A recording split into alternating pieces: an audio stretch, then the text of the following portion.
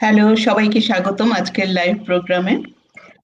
আহ, আজকেও আমাদের বিষয় হচ্ছে যথারীতি কোভিড-19 এবং করোনা ভাইরাসের এই মহামারীর বিষয়ে, মানে সময়টাকে ঘিরে আমরা আসলে আজকে বলতে চাচ্ছি যে মানে করোনা ভাইরাস এই মহামারী আমাদের জীবনকে নানাভাবে ব্যাহত করছে। সেটা আমরা সবাই জানি, আমরা কম বেশি সবাই ভুক্তভোগী হয়ে যাচ্ছি। সংক্রমণ যেমন হচ্ছে, মৃত্যু হচ্ছে, মৃত্যুর আশঙ্কা তৈরি হচ্ছে, অর্থনৈতিক ক্ষয়ক্ষতি, ভবিষ্যৎ নিয়ে শঙ্কা, সবকিছুই আমাদের সবার জীবনকে একটা ভয়াবহতার দ্বারপ্রান্তে পৌঁছে দিয়েছে। ঘরবন্দি মানুষগুলো মানসিক, শারীরিক নানা রকম নির্যাতনের শিকার হচ্ছে। এ থেকে রেহাই পাচ্ছে না ঘরে থাকা শিশুরাও। একদিকে যেমন তারা বন্দি জীবন কাটাচ্ছে, তেমনি তাদের উপরও নেমে এসেছে নানা রকম অত্যাচার। আবার অন্যদিকে বাবা মায়ের মধ্যকার অশান্তি, সহিংসতা এসবই প্রভাব ফেলছে তাদের জীবনে। সেই জায়গায় আবার শিশুটি যদি হয় বিশেষ শিশু, বা যেটাকে আমরা গড গিফটেড চাইল্ড বলি, বা অটিস্টিক, তাহলে সমস্যা আরো প্রকট হয়ে দেখা দিচ্ছে। এসব শিশুকে ঘরে বদ্ধ রেখে নিয়ন্ত্রণ করতে গিয়ে অভিভাবকরাও খেই হারিয়ে ফেলছেন। এমন অনেক শিশুর মায়ের কথা ভেবেই আজকের এই আয়োজন। এর আগেও আমরা একদিন এই নিয়ে লাইভ করেছি। নিউ ইয়র্কের 3জন মা যোগ দিয়েছিলেন যাদের বাচ্চা অটিস্টিক। সেই দিনও আমরা শুনেছি তারা কিভাবে তাদের বাচ্চাদেরকে সামলাচ্ছেন, কিভাবে তাদের মানে দৈনন্দিন জীবনটা যাপন করছেন। আজকে আমরা কথা বলবো দীর্ঘদিন নিউট্রিশন নিয়ে কাজ করছেন এমন একজন শাহমিকা আগুনের সাথে। স্বাগতম শাহমিকা। আহ তারপর আরো থাকবেন হচ্ছে শামিমারা নিপা, যে কিনা একা হাতে অনেকগুলো শিশুর কে নিয়ন্ত্রণ করছে। তো নিপাকেও স্বাগতম, শামিমারা নিপা স্বাগতম। প্রথমে আমি তাহলে শামিকা আগুন থেকে শুরু করি, যে দীর্ঘদিন যেহেতু আমি তুমি করেই বলছি, যেহেতু সবাইকে আমি তুমি করেই বলি, যে কাজ করছো বাচ্চাদেরকে নিয়ে। তো এখন এই সময়ে মা মা বাবাদের রেসপন্সটা কেমন পাচ্ছ? ওকে, মানে তারা কি অভিযোগ করছে বা কোন ধরনের সমস্যা পড়ছে তারা? আচ্ছা, ধন্যবাদ প্রথমেই আমাকে আমন্ত্রণ জানানোর জন্য। আর আমি শুরু করার আগে সবার আগে আমি উইমেন চ্যাপ্টার আপনাকে, সুপ্রীতি ধর দিদি, আপনাকে অনেক অনেক ধন্যবাদ দিচ্ছি। কারণ অটিজমের সঙ্গে বা বিশেষ শিশুদের সঙ্গে অথবা আমাদের যে মুভমেন্টটা, এগুলোর সঙ্গে কিন্তু আপনি সবসময় সাপোর্ট দিয়েছেন। এবং গত বছর যে সেমিনার করেছি বাংলাদেশে, 2টো সেমিনার করেছি, আপনার এবং উইমেন চ্যাপ্টারের সম্পূর্ণভাবে সাপোর্ট কিন্তু ছিল, তাহলে না হলে সম্ভব হতো না। তো সেজন্য অনেক ধন্যবাদ। আর এবার প্রশ্নে ফেরত আসি। যেহেতু আমি নিজে অটিস্টিক বাচ্চার মা, যদিও আমার বাচ্চা এখন অনেক বেটার আছে, অনেক অনেক বেটার আছে। আর সাথে আমি অনেক বাচ্চাদের জন্য কাজ করি যারা অটিজম আছে, যাদের স্পেশাল নিড আছে, এডিএইচডি আছে, যাদের লার্নিং ডিসেবিলিটি আছে।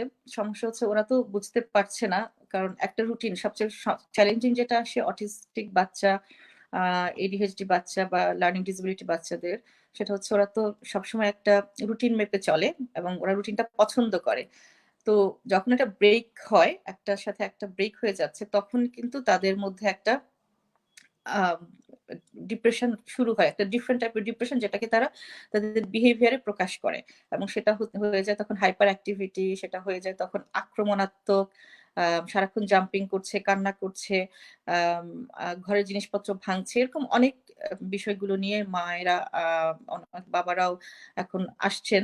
বিকজ প্রথম কথা হচ্ছে জানেন না যে এখন কিভাবে হ্যান্ডেল করতে হবে। কারণ আগে একটা নির্দিষ্ট অনেকটা সময় দেখা যেত যে স্কুলে যাচ্ছে বাচ্চারা, স্পেশাল নিডস স্কুলে যাচ্ছে, অথবা থেরাপিস্টরা আসছে, অথবা বাসায় টিচার আসছে, কিছু না কিছু সাপোর্ট সবসময় বাচ্চাদের সঙ্গে ছিল। কিন্তু এখন যেটা হচ্ছে সম্পূর্ণভাবে বাবা মায়ের উপর বাচ্চারা ডিপেন্ডেন্ট। এখন এক্ষেত্রে ডিপেন্ড করছে বাবা মা নিজেদের স্টেটাসটা কোথায়, মেন্টাল স্টেটাসটা কোথায়, সহ্য ক্ষমতা কত, কারণ তারা নিজেরাও বন্দি অবস্থায় আছেন। তো দেখা যাচ্ছে যে কারো কারো শুধু একটা বাচ্চা অটিস্টিক আছে, একটাই বাচ্চা, কারো কারো আছে একটা বাচ্চা অটিস্টিক, সাথে আরো ছোট বাচ্চা আছে, একজন বা দুজন, কেউ কেউ আছে তাদের দুজন বা তিনজন, সবগুলো বাচ্চাই অটিস্টিক বা হাইপার অ্যাক্টিভিটি আর কোনো কাইন্ড অফ বিহেভিয়ারাল ইস্যু আছে। দেখা যাচ্ছে যে very challenging at the moment. ওনারা আসছেন যে আমার কাছে, যেমন এটা শুধু বাংলাদেশি যে তা না, সারা ওয়ার্ল্ডে যে ক্লায়েন্টরা আছে সবাই যে এখন কি করব, কিভাবে হ্যান্ডেল করব, হাইপার অ্যাক্টিভিটি কিভাবে কমাবো। আর একটা জিনিস থাকে যে বাচ্চারা আমার কাছে যারা আসেন, একটা সবসময় আমরা একটা ডায়েটে রাখি যে কিছু স্পেসিফিক ফুড যেগুলো ওদেরকে ট্রিগার করে, খুব মিষ্টি জাতীয় খাবার বা আটা জাতীয় খাবার, এগুলো আমরা মানা করি যে দিয়েন না। তো এখন দেখা যাচ্ছে যে খাবারের সবসময় যে এটা ম্যানেজ করা যাচ্ছে সেটাও কিন্তু সম্ভব না। দেখা যাচ্ছে যে বাচ্চা বাসায় আছে, সে একটা মিষ্টি খেয়েই নিল, বা বাসায় একটা কিছু তৈরি হলো, সে খেয়েই নিল। আগে যেটা স্কিপ করা যেত এখন কিন্তু কঠিন হয়ে যাচ্ছে। খাবারের অ্যাভেইলেবিলিটিটাও কম এখন। ভ্যারিয়েশনটা কম। তো মা যদি বানাতেই থাকে, বাসায় কতগুলো খাবার বানাবে? কারণ আগে বাইরে গেলে এখানে বাসায় মিশিয়ে একটা ম্যানেজ করা যেত। এখন যেহেতু সবসময় বাসায় থাকছে, অনেক বাচ্চাদের ইটিং ডিসঅর্ডার শুরু হয়ে গেছে। তারা প্রচুর খেতে চাচ্ছে। এটা কিন্তু কমফোর্ট ইটিং বলি আমরা। শুধুমাত্র যে খেতে চাচ্ছে ফর আ হাঙ্গার, না সেটা না। আমরা বাসায় থাকলে যেটা কমফোর্ট ইটিং, কিছু করার নেই আমি খাবো। তো এক্ষেত্রে যেটা বলছি, আমি বেশ কিছু ভিডিও করেছি এর আগেও, যে বাচ্চাদেরকে একটা ফিজিক্যাল অ্যাক্টিভিটিতে সবসময় রাখা, এবং যে হতে পারে সেটা বিছানার উপর জাম্প করুক, সেটা ফ্লোরে জাম্প করুক। জাম্পিংটা খুব ইম্পর্টেন্ট, আর এনার্জিটা লুজ করা। কোনো না কিছু বাসায় বাবা মায়েরা বিকাম চাইল্ড, বাচ্চাদের সঙ্গে বাবা মাকে শিশু হতে হবে, এবং শিশু হিসেবে না হলে সেটা আপনি সুস্থ বাচ্চা বলেন অথবা যাদের কন্ডিশন আছে, হ্যাঁ সেই বাচ্চা বলেন, দুটো বাচ্চাকে ম্যানেজ করাটা একটু কঠিন। আর এখন যেটা হচ্ছে, অনেক মায়েরা বলছেন যে সহ্য হচ্ছে না, একটা দুটো ধরে মার দিয়ে দেই, বা অনেক বকাবকি করছি, বা রাত্রে বাচ্চা ঘুমাচ্ছে না, আমরা এক্সস্টেড ফিল করছি, কারণ টোটাল রুটিনটা তো ব্রেক আপ করেছে। তো সেক্ষেত্রেও আমি সবসময় প্যারেন্টদেরকে বলি যে এই সময়গুলো আসে, এবং যখন আমরা বিশেষ শিশুদেরকে ডিল করি, পেশেন্স, অনেক ধৈর্য অনেক বড় একটা বিষয়। এবং আপনি যদি আপনার ভেতরে যদি আপনি রাগ ফিল করেন, খুব ফিল করেন, সেটা অটোমেটিক্যালি বাচ্চা ফিল করবে। কারণ আপনি বাচ্চা আলাদা না, এবং বাবা বাচ্চা আলাদা না।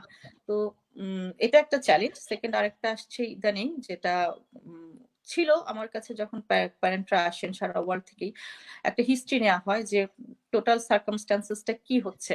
দেখা যাচ্ছে যে ফ্যামিলিতে বা পার্টনারের সঙ্গে বা বাচ্চা বাবার সঙ্গে একটা না একটা ম্যাক্সিমাম টাইমে কিছু না কিছু প্রবলেম থাকে।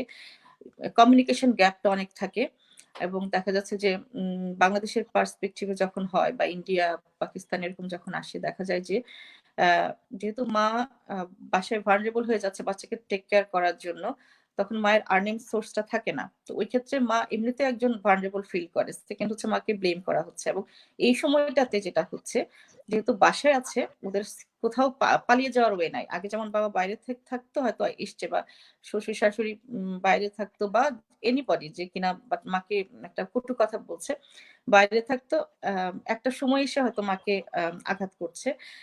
কিন্তু এখন কি হচ্ছে, এখন 24/7 যেটা বাসার মধ্যে হয়, যে তোমার কারণেই আমার বাচ্চা অটিস্টিক হয়েছে, তোমারই ভুল ছিল, কিংবা হয়তোবা কিছু বলছে না, কিন্তু মায়ের সঙ্গে একটা ডিসটেন্স তৈরি হচ্ছে, কিংবা বাচ্চাটা এটাও ফিল করছে যে ঘরের মধ্যে একটা দুর্বিষহ একটা এনভায়রনমেন্ট, একটা পরিস্থিতি তৈরি হয়েছে, যেটা কিনা খুব হেলদি না বাচ্চার জন্য। তো এই প্রত্যেকটা জিনিস কিন্তু বাচ্চাকে এফেক্ট করে।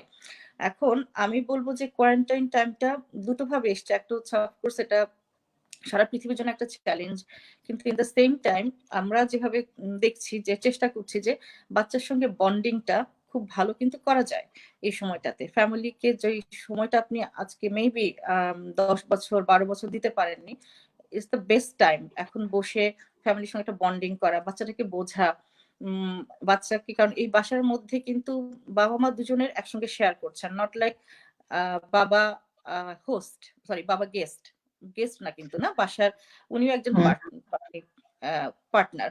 তো ওই ক্ষেত্রে কিন্তু, এবং অনেক আমাদের যেহেতু স্পেশাল গ্রুপে আছি, অনেক সুন্দর ভিডিও আসে, বা মায়েরা একসঙ্গে করে কাজ করছেন, এবং ওই বাচ্চাগুলো কিন্তু খুব হ্যাপি, এবং খুব দ্রুত আমরা দেখি ইমপ্রুভ করে। কিন্তু যে বাচ্চা, যেখানে দেখা যাচ্ছে যে মায়েরা যেখানে লিখছে যে আমাকে ছুরি নিয়ে তাড়া করেছে, আমি বাথরুমে লক করে আছি, আপনাকে আমি মেসেজ পাঠাচ্ছি, হ্যাঁ, আমি এর আগেও ফেসবুকে আমি লিখেছি যে এরকম এনভায়রনমেন্ট হলে একবার চিন্তা করেন যে তার আগে বাচ্চাটার উপর কি এফেক্টটা পড়বে। আপনি যখন মাকে এরকম তাড়া করছেন, মাকে হ্যারাস করছেন, আমরা যেটাকে বলি, মা যদি হয় ফ্যাক্টরি বাচ্চা বানানোর, দেন ফ্যাক্টরিটাকে আপনাকে আগে রেডি করতে হবে। বাচ্চা যদি যে ইঞ্জিনটা, সেই ইঞ্জিনটাকে আগে সুস্থ রাখতে হবে। ওইখানে যদি আপনি কটু জিনিস ফেলেন, ওটা যদি নষ্ট করে দেন, দেন একটা সুস্থ বাচ্চা তৈরি করা খুব কঠিন। এবং এই COVID-19টা আমি বলবো যে যদি বাবা মা একসঙ্গে বসে, ফ্যামিলির যারা আছেন সবাই একসঙ্গে বসে, অটিস্টিক হোক সুস্থ হোক যে কোনো বাচ্চাই হোক, একসঙ্গে বসে যদি সময়টা দিতে পারেন এবং একসঙ্গে কাজ করেন, এটা কিন্তু খুব বিউটিফুল একটা টাইম বাচ্চাকে পজিটিভলি ডেভেলপমেন্ট করার। আমি একটু হাত তুললাম, সেটা হচ্ছে যে আমরা আবার তোমার কাছে ফিরবো। আমি একটু নিপার কাছে যেতে চাই। সেটা হচ্ছে যে নিপার ঘরেও শিশু আছে এবং দীর্ঘদিন ধরে শিশু হ্যান্ডেল করছে সে। তো এই সময় আসলে মানে তুমি যদি মায়েদের প্রতিনিধিত্ব করো, তুমি কি বলবে যে আসলে কি কি প্রবলেম ফেস করছে বাচ্চারা বা বড়রা? সব থেকে প্রথমে, কথা শুনতে পাচ্ছেন তো না? হ্যাঁ, হ্যাঁ। আচ্ছা, সব থেকে প্রথমে যেটা বলবো যে আসলে প্রত্যেকটা মানুষের জন্যই, সুস্থ বাচ্চা হোক কিংবা স্পেশাল চাইল্ড হোক, যে কোনো পরিস্থিতিতে প্রচন্ড ধৈর্য ধরতে হচ্ছে প্রত্যেকটা বাবা মাকেই। এবং মানে নিজেরা যদি ধৈর্য আমরা ধরে রাখতে না পারি, তাহলে আসলে সন্তানদেরকে হ্যান্ডেল করা খুব কষ্ট হয়ে যাচ্ছে।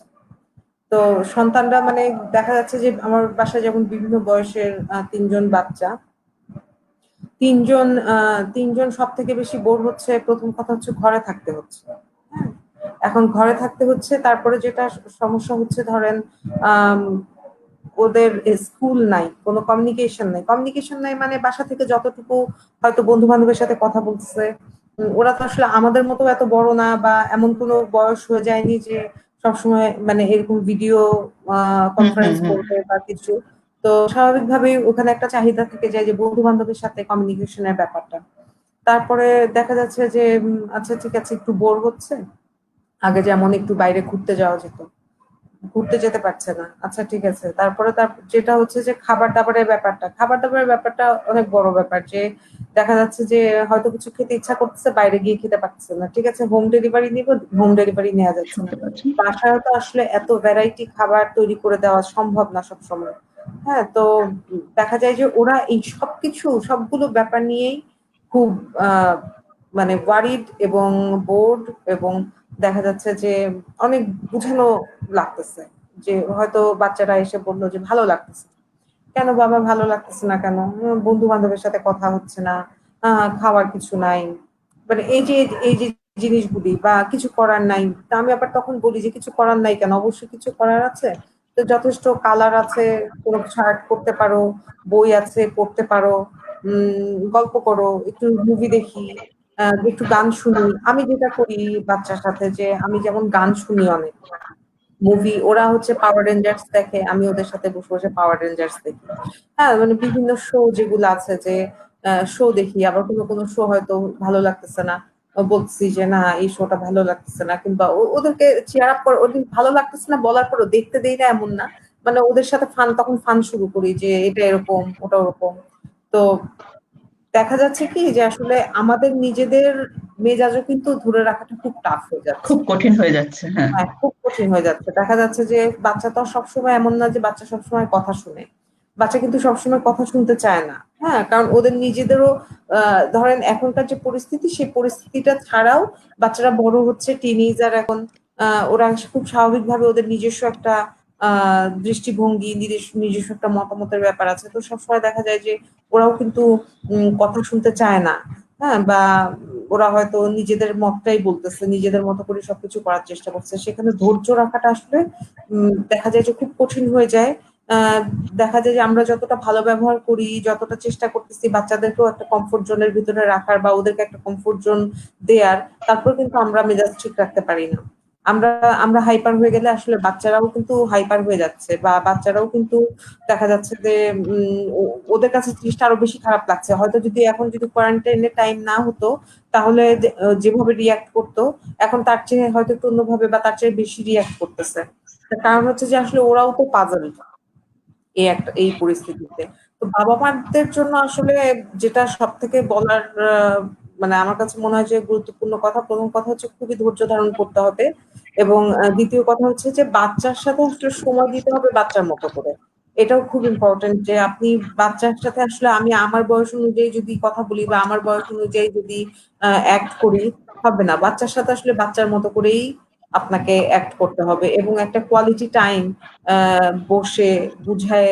আমি দেখছি, আমি যখন ওদের সাথে বসে বুঝায় কথা বলতেছি, তিনজনের সাথেই কথা বলতেছি, তিনজনই কথা শুনতেছে, হ্যাঁ ওরাও ওদের ভিউ শেয়ার করতেছে।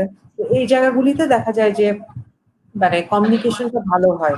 হ্যাঁ, ওরা হয়তো কিছুক্ষণ শান্ত থাকে, আবার দেখা যাচ্ছে যে মানে বুঝালে বুঝতেছে, আবার দেখা যায় কখনো আহ আমার কাছে মনে হয় যে গার্জিয়ানরা যদি আসলে এই ক্ষেত্রে অধৈর্য হয়ে যায়, সন্তান খুব দ্রুত, খুব মানে তাড়াতাড়ি অধৈর্য হবে, এবং ওই জায়গাগুলিতে ওদের যে মানে মাইন্ডের যত ডাইভার্সিটি, হ্যাঁ ওই ব্যাপারগুলি আসলে ওদের জন্য তখন দুঃখজনক হয়ে যায় বা ওদের জন্য হ্যান্ডেল করা কষ্ট হয়ে যায়।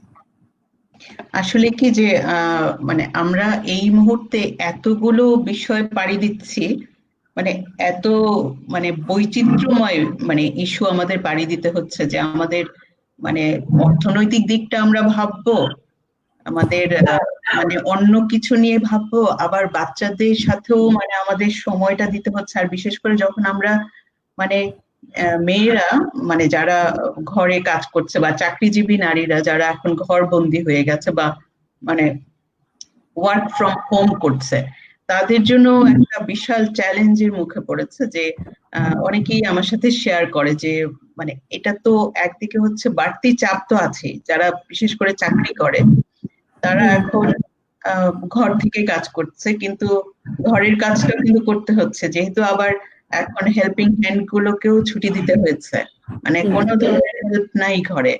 তো এটা পুরোটাই একটা মানসিক চাপ, মানে শারীরিকটা আমি বলবো না, এটা এটা ভয়াবহ রকমের একটা মানসিক চাপ যে ঘরের সমস্ত কাজ করতে হয়, চাকরিটা রক্ষা করতে হয়, তার মধ্যে বাচ্চাদের বিষয়টা যখন টেক কেয়ার করতে হয় এবং সেটা যদি একা হাতে করতে হয়, মানে এইটা এটা আসলে মানে চিন্তারও বাইরে।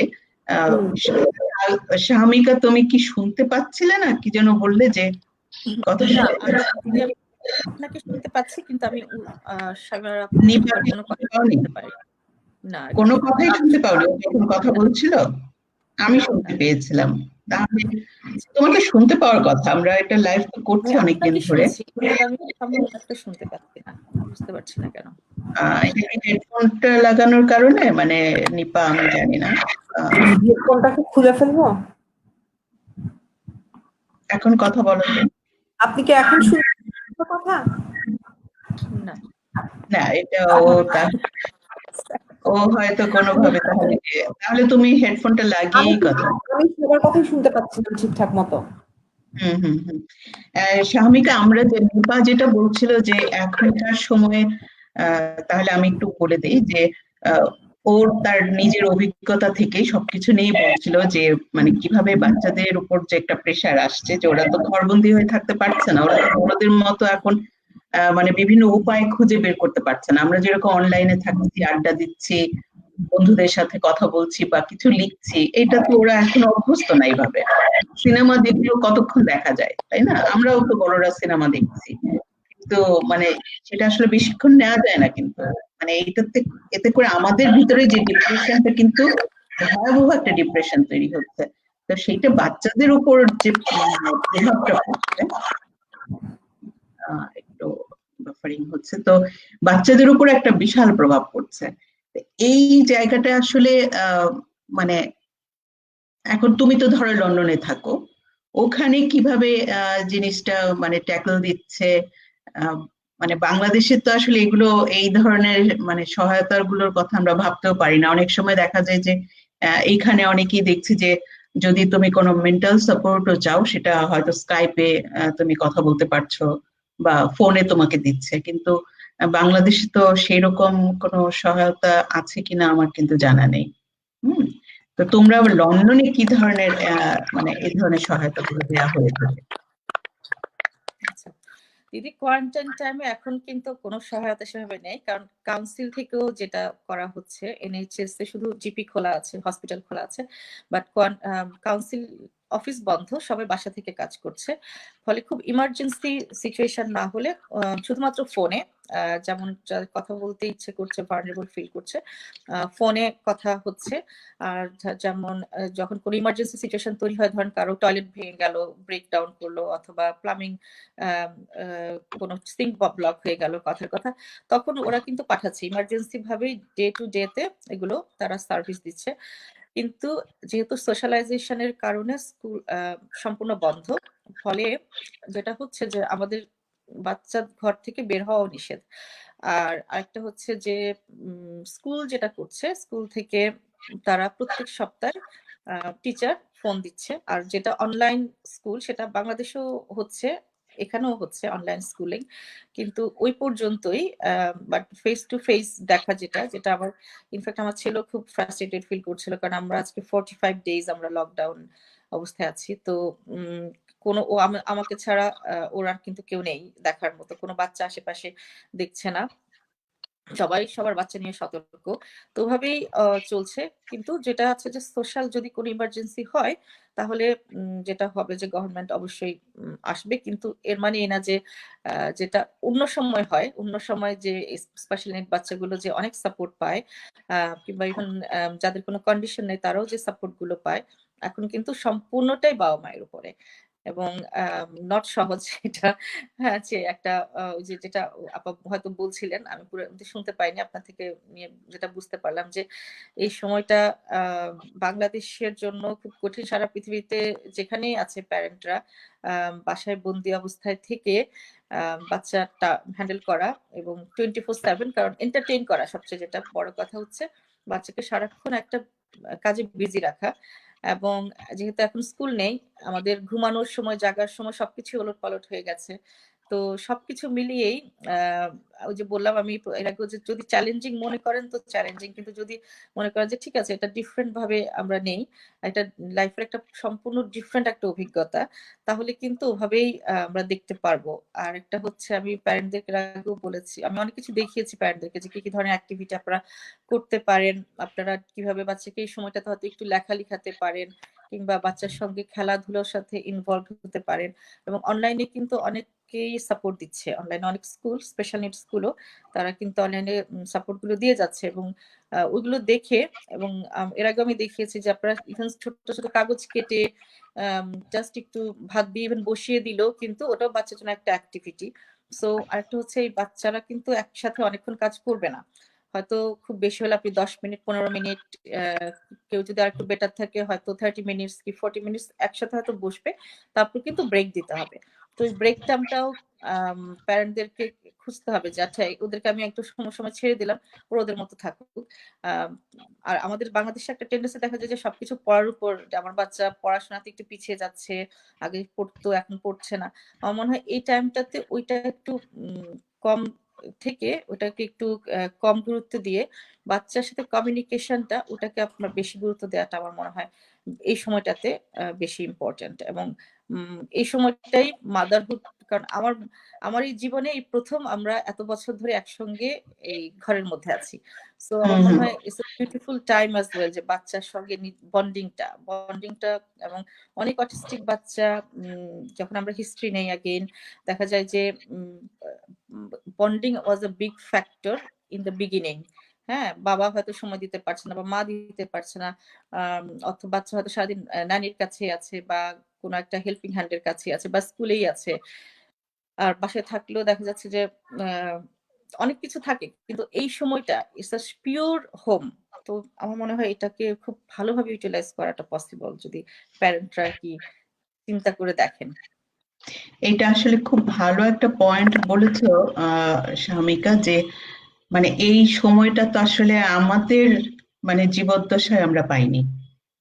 মানে আমরা যে বয়সটাতে আছি এখন, তোমরা অনেক ছোট আমার চেয়ে, তারপরেও মানে আমরা এই সময়টা পাইনি যে এক নাগাড়ে এতদিন বাসায় থাকা। মানে এটার একটা পজিটিভ নেগেটিভ, আমরা নেগেটিভটাই বেশি কথা বলছি, কিন্তু পজিটিভ যে সাইড গুলো আছে, এই যে বন্ডিং এর কথা যেটা বললে, যেটা মানে আমি আমার পার্সোনাল একটু অভিজ্ঞতা বলতে পারি যে আমার ছেলে এখন পর্যন্ত, ওরা তো সব বড় বড় হয়ে গেছে, কিন্তু যেমন বলে যে তুমি তো আমাকে সময় দাওনি। হুম, এই যে কথাটা বলে, তখন আমি হয়তো রেগে যাই। সময় দেইনি মানে আমি তো কাজ করেছি, চাকরি করেছি, আমাকে চাকরি করতে হয়েছে, সিঙ্গেল মাদার হিসেবে আমাকে তো সব করতে হয়েছে। তো এখন তো সময় দিচ্ছি, তখন সে বলে যে এখন তো আমার সময়টার দরকার নেই। হুম, মানে ওই যে সময়টা আমি হারিয়ে ফেলেছি, আমার খুব মানে আফসোস হয়, খুব কষ্ট হয় এটা যখন ভাবি। আবার এটাও ভাবি যে তখন আবার একটু রাগও হয় বাচ্চাদের প্রতি, যে ওরা কেন বুঝবে না। হ্যাঁ, আমি কেন সময় দিতে পারিনি, এখন তো তাদের বোঝার সময় হয়েছে, এখন তো বড় হয়েছে, যে মা কেন সময় দিতে পারেনি, মানে এটা কোনো অজুহাত হতে পারে না। কিন্তু এই যে যারা এখন এই সুযোগটা পাচ্ছে, বাচ্চারা নিশ্চয়ই প্রথম দিকে খুব খুশি হয়ে গেছে যে বাবা মা দুজনেই এখন, বা বাবা অথবা মা যেই হোক, যেই আছে, মানে এখন তার সাথে আছে 24 ঘন্টা। কিন্তু এটা দিনে দিনে যে মানে মানে এরকম একটা ডিপ্রেশনের দিকে নিয়ে যাবে, সেটা আমরা তখন শুরুতেও বুঝিনি। তো মানে এইখানে আসলে আমাদের যেটা উচিত, আমার যেটা মনে হয়, আমি, নিপা তো দেশে আছে, ও বলতে পারবে যে আমাদের যারা মানসিক চিকিৎসক আছে, মনোচিকিৎসক মানে সাইকিয়াট্রিস্ট, সাইকোলজিস্ট, মনোবিজ্ঞানী যারাই আছেন, তারা এরকম মানে বারবার করে এরকম সহায়তা দিতে পারেন কিনা, উম, যাতে কেউ চাইলে তাদের সাথে কথা বলতে পারেন, তাদেরকে নক করতে পারেন যে মানে এই এই সময়গুলোতে যে কি করবে তারা। কারণ যেমন আমার যদি মন খারাপ হয়, আমি নিপাকে ফোন করতে পারি বা তোমাকে ফোন করতে পারি, তাই না? আমাদের বন্ধুদের ফোন করতে পারি যে আমার এখন মন খারাপ, আমার মন খারাপ লাগছে, আমরা ফেসবুকে পেজও খুলেছি, আমাদের মন খারাপ লাগছে। হুম, কিন্তু এই যে এই বিষয়গুলো যাতে শেয়ার করি, শেয়ার করতে পারি, বা ধরো মানে কোনো এক্সপার্টের কাছ থেকে যদিও আমি অপিনিয়নটা পাই যে আমাকে আসলে এই সময়টাতে কি করতে হবে, বাচ্চার সাথে কি ধরনের বিহেভিয়ার প্রয়োজন, বা আরো কি কি করলে আমার মনটাও ভালো থাকবে, আমি বাচ্চার মনটাও ভালো রাখতে পারবো, মানে সবাই মিলেই যাতে শান্তিপূর্ণ একটা সহাবস্থান হয় সেটা করতে পারি। তো নিপা, বাংলাদেশে এরকম কিছু আছে কি, মানে তোমার জানা মতে?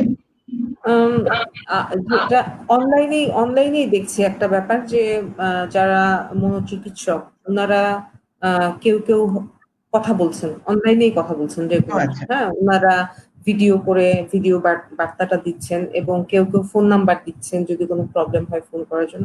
আমি পার্সোনালি ফোন করে দেখি নাই আসলে কতটা সাহায্য পাওয়া যায়, কিন্তু এই ধরনের অ্যাক্টিভিটি বাংলাদেশে আছে। আহ, গুড। কিছু জায়গা থেকে ওনারা এটা ভিডিও সেশনের মাধ্যমে করছেন যে মানে হেল্প করার জন্য, যে কিভাবে কি করবে বা বাচ্চাদের সাথে ব্যবহার, পরিবারের সবার সাথে ব্যবহার, বা নিজের জন্য যে নিজের মানসিক কোনো সমস্যা হলে সেটা কি করবে এই কোয়ারেন্টাইন টাইমে, এটা ওনারা ভিডিও করে করে বলছে এবং উনাদের অ্যাড্রেস, ফোন নাম্বার সবকিছু দেয়া আছে এবং উনারা এই সময় সাহায্য করতে মানে প্রস্তুত। এটা ওইভাবে আসে আর কি, দেখি আমি মাঝে মাঝে দেখিও ওনাদের সেশনগুলি, আমি বাহিরের দেশের দুটা সেশনই মাঝে মাঝে দেখি। হুম হুম হুম। না, তাহলে তো এটা খুবই ভালো উদ্যোগ।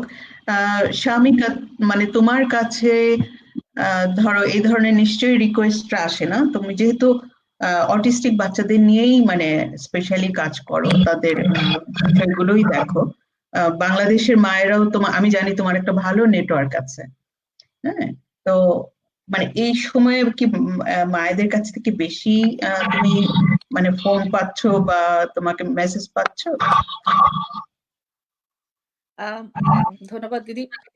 অটিজম নিয়ে কাজ করি, কিন্তু মানে মেইনলি এটা সামো হয়ে গেছে, বাট আমি আরো কিছু বিষয় নিয়ে কাজ করি। সেটা হচ্ছে, একটা হচ্ছে চিলড্রেন নিয়ে এনিথিং, এটা হেলথ হোক, বাট আরেকটা হচ্ছে সুইসাইডাল টেন্ডেন্সি, যেটা ইন দ্য সেম টাইম যদি কোনো বাচ্চা বা অ্যাডাল্ট আসেন যে কোনো কারণে অ্যাবিউজ হয়েছেন, সেটা হতে পারে ফিজিক্যাল অ্যাবিউজ, সেটা হতে পারে সেক্সুয়াল অ্যাবিউজ। বাচ্চা বলতে নট 10, এখানে আমাদের এখানে 10 বছর না, বাট আমাদের আরো বড় বাচ্চা বা টিনেজারের শেষে ওই সাইডটা থেকে যদি কেউ আসে, ওদেরকে নিয়ে আমি কাজ করি। আচ্ছা, হ্যাঁ, এখন যেটা অ্যাবিউজের, আমি অ্যাগেইন শামিমা আপার কথা আমি শুনতে পাইনি, বাট আপনি যেহেতু বলছেন অ্যাবিউজ নিয়ে, অ্যাবিউজের অনেক বেড়েছে। ইভেন ইনফ্যাক্ট আজকে আজকে একটা আমার কাছে কল এসছে, সেটা হচ্ছে ওনাদের লং টার্ম রিলেশনশিপ, কিন্তু লাইক 21 বছরের বিয়ে, 21 বছরের বিয়েতে 21 বছর আগে কি হয়েছে সেরকম একটা ছোট্ট ইস্যু নিয়ে এখন ঘরের মধ্যে হুলস্থুল হচ্ছে। সো এবং কি করবে, কারণ কোথাও এখন পালানোর জায়গা নেই, দুজন মানুষ একসঙ্গে বসেছেন এবং they have to deal with it, কোনো পালানোর কোনো ওয়ে নাই, ঘর থেকে বেরোনো নিষেধ। এটা তো এরকম বিষয়গুলো এখন অনেক হচ্ছে। এবং দেখা গেছে যে এর আগে আমি বলেছিলাম যে আমার অনেকবার আমি লিখেছি যে সারা ওয়ার্ল্ডে আমি যখন আমার কাছে সারা ওয়ার্ল্ড থেকেই বাচ্চা আসে, মা আসে, বেশিরভাগ সময় দেখা যায় যে একটা আমি বলবো আমার কেস হিস্ট্রিতে আমি ওভার 1200-র উপরে আমার সরি টোটাল মিলিয়ে আমি 2000 কথা বলি, আমি গত 4 বছরে 2000 যদি রোগী দেখে থাকি, তার থেকে 70-80% আমার অ্যাবিউজের শিকার হয়েছে সামহাও। তো একটা হচ্ছে যে তার মধ্যে হচ্ছে আমাদের এশিয়ানদের মধ্যে যেটা থাকে সেটা হচ্ছে যে একজন খুব কন্ট্রোলিং থাকে, হয়তো হাজবেন্ড খুব কন্ট্রোলিং থাকে মোস্ট অফ দ্য টাইম, অথবা ওয়াইফ খুব কন্ট্রোলিং থাকছে, এবং এর ফলে কি হচ্ছে একটা ইমব্যালেন্স তৈরি হয়ে যায় অলরেডি ঘরের মধ্যে। এখন যেটা হচ্ছে যে যে পার্সনটা কন্ট্রোল করছে তার যেহেতু পালানোর জায়গা নাই, ও এখন ছোটখাটো জিনিসগুলো ধরে ধরেই ঘরের মধ্যে একটা সিচুয়েশন ক্রিয়েট করছে। এবং সেটা যে এবং কিছু প্যারেন্ট তো আছে যাদের একটা বাচ্চা বা দুটো বাচ্চা সুস্থ, একটা বাচ্চা হয়তো অটিজম হয়েছে, বা দুটো বাচ্চা ঠিক আছে, একটা বাচ্চা হয়তো সেরিব্রাল পলজি হয়েছে, এরকম তো অনেক আছে। তো সেক্ষেত্রেও দেখা যাচ্ছে যে আরো কমপ্লিকেটেড সিচুয়েশন তৈরি হচ্ছে, কারণ দুটো সুস্থ বাচ্চা, একটা অসুস্থ, একটা কন্ডিশন সহ বাচ্চা, এবং এদেরকে ম্যাচ করা এবং ডিফারেন্ট এজের যদি হয়, তারপরে হাজবেন্ডের বিভিন্ন ইস্যু, এগুলো কিন্তু খুব কঠিন হচ্ছে। এবং ইনফ্যাক্ট কারো যদি আমাকে অনেকেই লিখেছেন যে আগে তারা হয়তো, আমাদের মেয়েরা অনেক টলারেট করে, যে জানতো যে হাজবেন্ডের কোনো একটা অ্যাফেয়ার চলছে অর সামথিং, এটা আগে বাইরে চলতো, এখন এটা ঘরের মধ্যে চলছে উইথ দ্য ফোন, মানে এখন এটা এরকম হয়ে গেছে, কিন্তু মহিলাকে কিন্তু এটা মেনে নিতে হচ্ছে, এটা তাদের চয়েস আমি বলবো, বাট উনি যে কোনো অ্যাকশন নিচ্ছেন না, বা আমাকে বলছেন যে আপা আমি এখন কি করব। তো আমার যেটা হয়, আমি সবার আগেই বলি না যে, কারণ কন্ডিশন দেখতে হবে একটা মেয়ের কি অবস্থায় আছে, ইটস নট ইজি সবার জন্য যে চলে যাও, এটা সম্ভব না। তাহলে এখন কিভাবে আমরা ওটাকে হ্যান্ডেল করব। তো আমি নিজে অনেক জুমের সেশন নেই, আমি অনেক ওনাদেরকে বলি যে আপনারা আসেন, আপনার আপনার নিজের সেলফ এস্টিমটা বাড়ান, আপনার যে ট্রমাগুলো আছে ছোট থেকে, আপনার বাচ্চার, ইভেন আপনার যে হাজবেন্ডকে বলছি আমরা, হাজবেন্ড যদি খারাপও হয়ে থাকে, কিন্তু মনে করেন একটা বাচ্চা, উনি তো একসময় বাচ্চা ছিল, কেন একটা বাচ্চা হঠাৎ করে একজন ডিফারেন্ট পার্সোনালিটিতে তৈরি হয়ে যাবে, সেটাও দেখতে হবে যে কি হয়েছিল। এবং আমাদের ক্ষেত্রে যেহেতু আমার ইন্টারেস্টিং হচ্ছে যে আমি যেহেতু আমি অটিস্টিক বাচ্চা নিয়ে কাজ করি, তাদের প্যারেন্ট নিয়ে কাজ করি, অটিস্টিক বাচ্চারা মোর হয় ছেলে, সো ইন দ্যাট কেস আমি ছেলেদের নিয়ে বেশি কাজ করি। এবং মায়েরা যারা আসেন তারাও দেখা যায় যে হাজবেন্ডদেরকে মোর তারা টাকা খরচ করতে রাজি হাজবেন্ডদের চিকিৎসা করানোর জন্য, রাদার দেন তাদের নিজেদের। তো ফলে কি হয়, ওই জায়গাটাতে একটা এক্সপার্টিস আমার আছে, এবং যখন কাজ করতে যাই দেখা যায় যে যে হাজবেন্ডটা অনেক অ্যাংরি, যে কমিটমেন্ট নিতে শেখেনি, উনার ছোটবেলাটাও অনেক কিন্তু ট্রমাটাইজ ছিল। দেখা যায় যে উনি নিজেই হয়তো ছোটবেলায় কোনোভাবে হয়তো তার বাবা তাকে অনেক মারতো, কিংবা তার মা তাকে মারতো, বা সেটা যে করতে চেয়েছে যে কাজগুলো করতে পারেনি, কিংবা সে কোনোভাবে ছোটবেলায় সেক্সুয়ালি মলেস্টেটেড হয়েছে বাই সামহাউ সামবডি ট্রাস্টেড। তার ফলে কি হচ্ছে, ওই যে রাগগুলো, ওই সে সাপ্রেশন যে এনার্জি গুলো কিন্তু রয়ে গেছে, এবং তার ফলে কি হচ্ছে, ওইভাবে একটা সাইকোলজি তার ভেতর তৈরি হয়েছে, খুব ডোমিনেটিং। ওই ডোমিনেটিংটা কি করে, সে পরবর্তীকালে যখন, আরেকটা হচ্ছে আমরা কিন্তু বাচ্চাদেরকে কখনোই একটা কমিউনিকেটিভ ল্যাঙ্গুয়েজ কি শেখাই না, এবং বিশেষ করে ছেলে বাচ্চা যদি হয়, আমরা বলে দিই যে এই তুমি ছেলে বাচ্চা তুমি কাঁদছো, ছি ছি ছি ছি, ছেলে বাচ্চা, ছেলেদের কাঁদতে হয় না। তো কি হচ্ছে, ওর যে কমিউনিকেটিভ যে ল্যাঙ্গুয়েজ আমরা স্টপ করে দিচ্ছি। তখন কি হয়, যখন ফ্রাস্ট্রেশন আসে বড় হয়ে, সে কি করে, সে রাগ করে, প্রচুর রাগের মাধ্যমে এটা প্রকাশটা হয়, প্রকাশ করে, কারণ ও জানে না যে আদার কিভাবে, কোন আদার ইমোশন নিয়ে সেটা প্রকাশ করতে পারে। আমাদের টোটাল এডুকেশনের কোথাও, আমাদের টোটাল কালচারের কোথাও কিন্তু আমরা এই জিনিসগুলো নেই। তো ওই ক্ষেত্রে যদিও আমরা বলছি যে হ্যাঁ, পার্সনটা ডোমিনেটিং, পার্সনটা অ্যাগ্রেসিভ, অ্যাবিউসিভ, এখন আমার মনে হয় সময় এসছে প্যারেন্টদেরকে দেখতে যে আসলে এই যে, এবং মেয়েরা অনেক বোঝে, মায়েরা অনেক বোঝে, তারা হাজবেন্ডের দুঃখে তারা মানে কান্নাকাটি করে শেষ, কিন্তু in the same time most of the time husband আসতে চান না, যারা আসেন তারা তো বেটার ফিল করেন। আর হচ্ছে যে আমি তারপর মায়েদেরকে সবসময় বলি যে আপনারা আসেন, অ্যাটলিস্ট আপনি যদি বেটার ফিল করেন আপনার বাচ্চাটা অনেক বেটার ফিল করবে, কারণ বাচ্চা 100% আপনার সঙ্গে কানেক্টেড। তো এটা হচ্ছে আমার বিষয়। আর সেক্সুয়াল বিষয়গুলো এখানে নিয়ে একটা কথা বলছি। একটা জিনিস বলি, একটা প্রশ্ন এসছে, আমি আমি জানি না এটা তোমরা দেখতে পাবে কিনা, দেখো তো প্রশ্নটা পড়া যায়?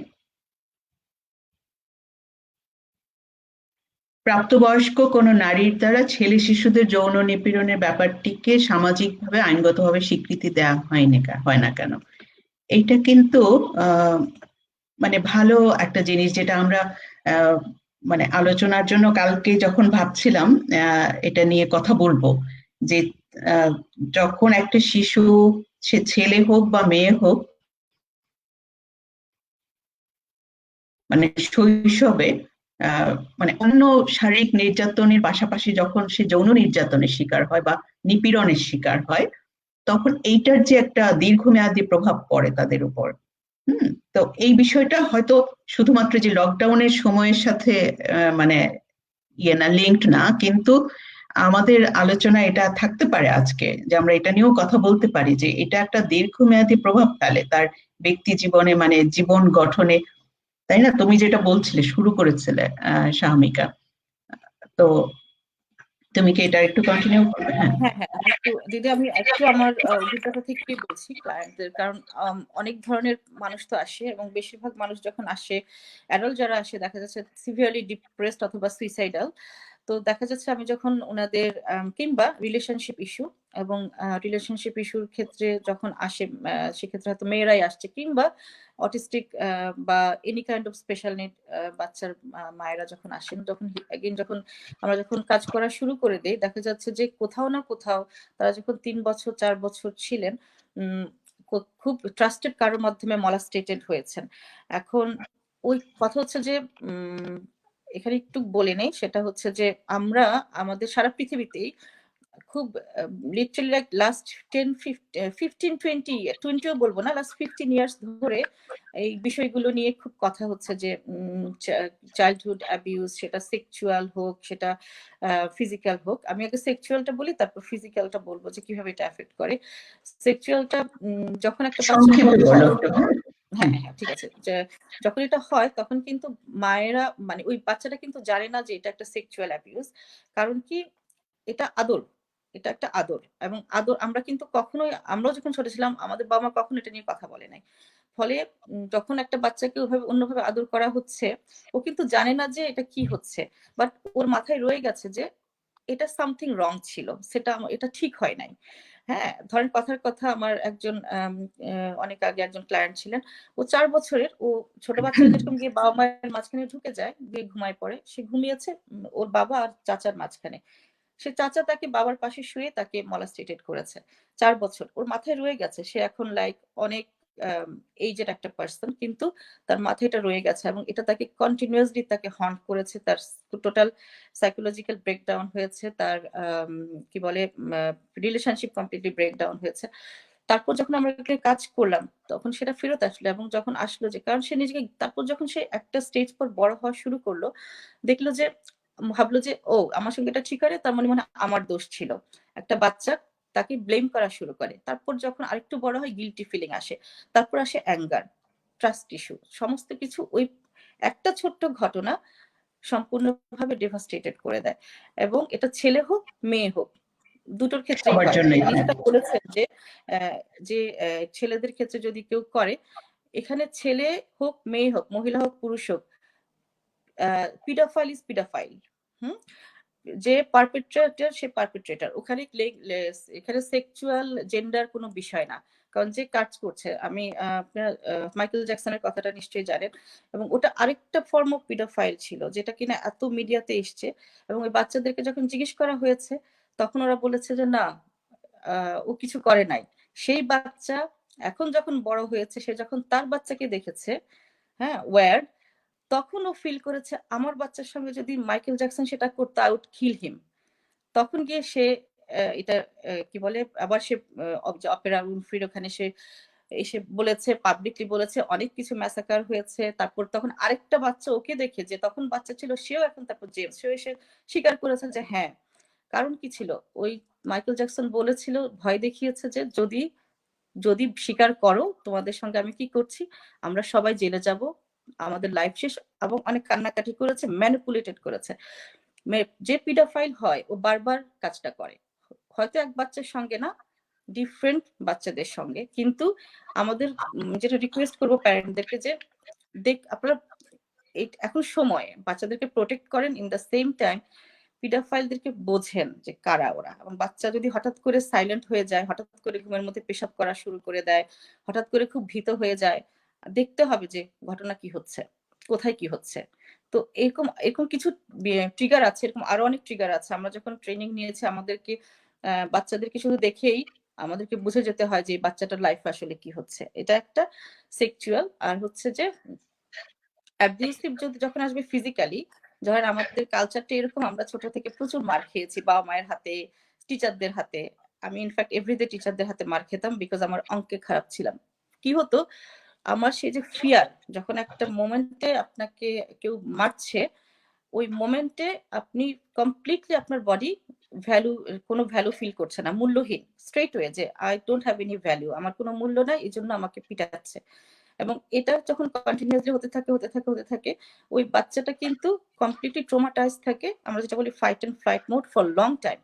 তো ওই ক্ষেত্রে এবারে সেটা স্পেশাল নিড হোক, সেটা সুস্থ বাচ্চা হোক, সেটা কোনো কন্ডিশন সহ সলিড কন্ডিশন ছাড়া হোক, ডাজেন্ট ম্যাটার। কিন্তু আমার অবজারভেশনে, আমার এই যে এত বছরের হিস্ট্রিতে যা দেখেছি, যে ম্যাক্সিমাম বাবা মা ছোটবেলায় খুব ভালোভাবে টর্চার হয়েছেন। দেয়ার 10% যারা হন নাই, খুব ভালো চাইল্ডহুড ছিল, সেখানে আদার ইস্যু। বাট টর্চার হয়েছেন হয়তো বাবার মাধ্যমে বা টিচার কেউ একজন খুব পিটাতো, খুব ভয়ঙ্কর ভাবে ভয়ের ভিতর দিয়ে বড় হয়েছেন। এবং ওটাও কিন্তু ভীষণ। এবং পরবর্তীকালে এখন অনেক বাচ্চা এখনকার এসছে আমার কাছে, বাবা মারা নিয়ে আসেন সুইসাইডাল টেন্ডেন্সি, কিংবা আরেকটা হচ্ছে যে আমরা যেটা বাংলাদেশে যাই না কি জানি, অ্যাগ্রোফোবিয়া, বাচ্চা ঘর থেকে বেরোতে ভয় পায়, বড় হচ্ছে বাট তারা ঘর থেকে কোনোভাবে বেরোবে না, তারা সব কোয়ালিফাইড হয়েছে, তারা কোনো জব করবে না। ইনফ্যাক্ট একদিন ছেলেদের কথা আসবে, হাজব্যান্ড ওয়াইফ রিলেশনশিপ নেই ফর মেনি ইয়ার্স। যখন আমরা ওইগুলোর সাথে কাজ করি দেখা যায় যে ঘুরে ফিরে এই ঘটনাগুলোই আসে। তো এই জন্য আমি মনে হয় যে আমাদের এখন ম্যাক্সিমাম প্যারেন্টরা এখন বাচ্চাদের সাইকোলজিটা বোঝে, আমরা যেরকম ভাবে বড় হয়েছি বা তার আগের জেনারেশন তার থেকে কিন্তু অনেক বেটার বোঝে। আমার মনে হয় এই ক্ষেত্রে আপনাদের মারধর করা, যে স্কুলে দিচ্ছেন স্কুলে মারছে কিনা টিচার, কিভাবে অ্যাপ্রোচ করছে, এবং এখন তো চার্চের কথা আসছে, মাদ্রাসার কথা আসছে, মস্কের কথা আসছে, সবখানেই হচ্ছে। অনেক সেলিব্রিটি আসছে যারা কিনা বাচ্চাকে বিভিন্নভাবে টর্চার করেছে। তো ইভেন আমেরিকাতে, শুধু আমেরিকাতেই ৭,৭৬৪টা সংগঠন, ওয়েবসাইট আছে যারা কিনা চাইল্ড ট্রাফিকিং করে 6 to 12 years children for sex purpose. So it's alarming. এবং ফেসবুকে ছবি দেওয়া, আমাদের বাচ্চা, আমাদের প্যারেন্ট অনেক সময় দেয়, বাচ্চা হয়তো খালি গায়ে আছে বা কোনো কিছু পরা নাই দিয়ে দিচ্ছে, বাট আপনারা জানেন না যে এই ছবিটা কে কোথায় নিয়ে কত ডিসগাস্টিং ভাবে এটা ইউজ করছে। আমি বলবো যে বি কেয়ারফুল এবং be more protective, learn this people, মানে রেকগনাইজ দিস পিপল, এই আর কি।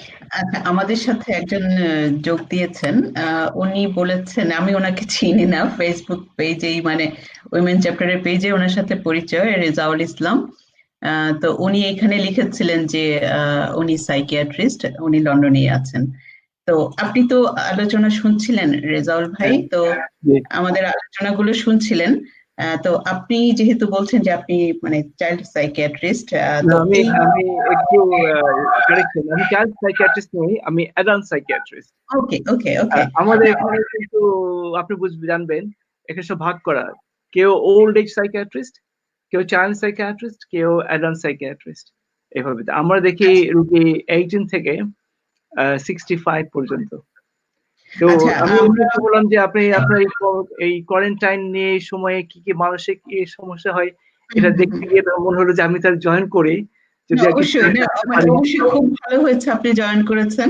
মানে আমরা আসলে একজন মানে এই বিষয়ে এক্সপার্ট কেও চাচ্ছিলাম। আমরা আসলে ঠিক এই মুহূর্তে যে বিষয়টাতে আলোচনায় ঢুকে গিয়েছিলাম সেটা হচ্ছে জি যে মানে বাচ্চারা শিশু বয়সে, সেটা আমরা মেয়ে বাচ্চা শিশু মানে ছেলে বাচ্চা পার্থক্য করছি না, বাচ্চারা শিশু বয়সে যখন আম, যৌন নিপীড়ন বা মানে নির্যাতনের শিকার হয়, মানে পেডোফিলিকদের মানে আচরণের শিকার হয়, তখন তাদের যে একটা লং টার্ম একটা মানে ইম্প্যাক্ট পড়ে তাদের জীবনে, এবং পরবর্তী জীবনটা আসলে মানে বিধ্বস্তই হয়ে যায়। আমি স্বামিকার কথা শুনতে শুনতে আমার হ্যাঁ কিছু রিকল করছিলাম, জি আমার নিজের কথাই মনে পড়ছিল। হয়তো সেটা নিয়ে একটা আলাদা সেশনই হতে পারে, যে যাতে অন্যরা বুঝতে পারে যে আমরা কিসের মধ্যে, মানে আমি পার্সোনালি কিসের মধ্যে দিয়ে গেছি, এবং কেন এত মানে ঝামেলা। আমি নিজে স্বীকার করি যে আমার নিজের জি ভেতরেও ঝামেলা আছে, এবং হ্যাঁ সেটা কি কারণে হয়েছে এখন আমি বুঝতে পারি যে এই কারণগুলো। তো রেজাউল ভাই, আপনার তো দীর্ঘদিনের এই কাজগুলো করার অভিজ্ঞতা, এই ব্যাপারে জি। যদি কিছু বলেন। আম, এই এই এই এই যে যৌন নিপীড়ন ব্যাপারে, এটা আমি যখন দেশে কাজ করতাম, আমি অনেকদিন দেশে কাজ করেছি, তো আমি হলি ফ্যামিলিতে কনসালটেন্ট ছিলাম সেই 90-98 পর্যন্ত। তো ওখানে কিন্তু আমরা এই সমস্যার সম্মুখীন হতাম না, এরকম কেস আসতো না। এটা আসতো অনেক না মানে কি, যে হতে পারে যে তারা বলতে চাইতো না? হ্যাঁ, এটা কারণটা হচ্ছে সামাজিক ভাবে এটাকে স্বীকার করা হতো না, এই জন্য ওটাকে হয়তো ডায়াগনোসিস করা হতো না, অথবা এই বিষয়টাকে সামনে আনা হতো না। অনেক কারণ আছে, কিন্তু এই পাশ্চাত্যে এটা খুবই বলতে পারেন অ্যামাং দি মেন্টালি ইল পিপলদের মধ্যে, যারা মানসিকভাবে অসুস্থ বিশেষ করে মেয়েদের মধ্যে এটা অনেক কমন। মানে এটা এমন দেখা যায় যে ওর কতগুলো ডায়াগনোসিসের ক্ষেত্রে এটা যেন প্রায় কমন হিসেবে দেখা যায়। কমন ফ্যাক্টর কিনা অথবা এটা করছে কিনা বলা মুশকিল, তো কমন ফ্যাক্টর।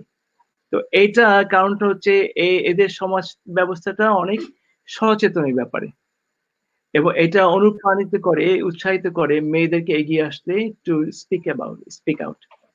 তবে একটা কথা থাকে যে সত্যই এটা অনেক সময় মেমোরিকে তৈরি করা, রিকল করা। ধরেন 14-15 বছর পরে অথবা 20 বছর 25 বছর বয়সে মনে করলো, বা আরো পরে অনেকে মনে করে যে আমি অমুক সময় অমুকের দ্বারা আমি হয়েছি অ্যাবিউজড, ওটাই বোধহয় আমাকে এখন তাড়িয়ে বেড়াচ্ছে। মানে এটা অনেকটা হচ্ছে কি সমস্যা হচ্ছে, কেন এখানে ভুগছি, তার একটা কার্যকারণ খুঁজে বের করার চেষ্টা। এতে আপনি কখনো কখনো ফলস পজিটিভ পাবেন, আসলে কিছু হয় না, এটা মেমোরিটা ওভাবে নিজেকে ধাবিত করছে। অন্যদিকে বাংলাদেশে সমাজ ব্যবস্থায়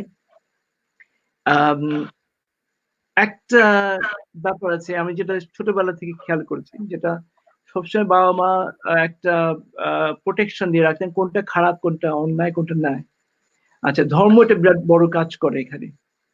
আর ন্যায় অন্যায়ের ক্ষেত্রে যে ভুক্তভোগী সে দায়ী নয়, কিন্তু এই সমাজে আমি যেটা খেয়াল করেছি, প্রত্যেকে নিজের উপর দায়টা নেয়, কেন এখানে ইন্ডিভিজুয়াল ব্যক্তি স্বাতন্ত্র্য বোধটা বেশি।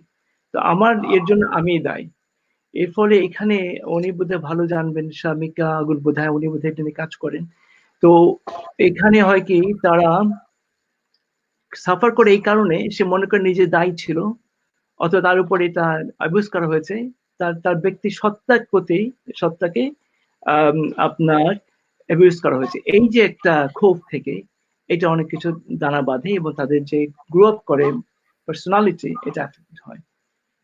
আমাদের দেখতে হবে, আমাদের সমাজে একটু একটু দুটো মিলিয়ে দেখতে হবে। তার কারণ হচ্ছে যে যেটা এখানে হচ্ছে সেটা হয়তো সরাসরি আমরা দিতে পারবো না, অ্যাপ্লাই করতে পারবো না। তবে আমার মনে হয় আমরা যখন 30 বছর বা 40 বছর আগে যখন আমরা পড়াশোনা করে ছোট ছিলাম, তখনকার সমাজ ব্যবস্থার বাংলাদেশের বর্তমান সমাজ ব্যবস্থা বোধহয় অনেক পরিবর্তন হয়ে গেছে,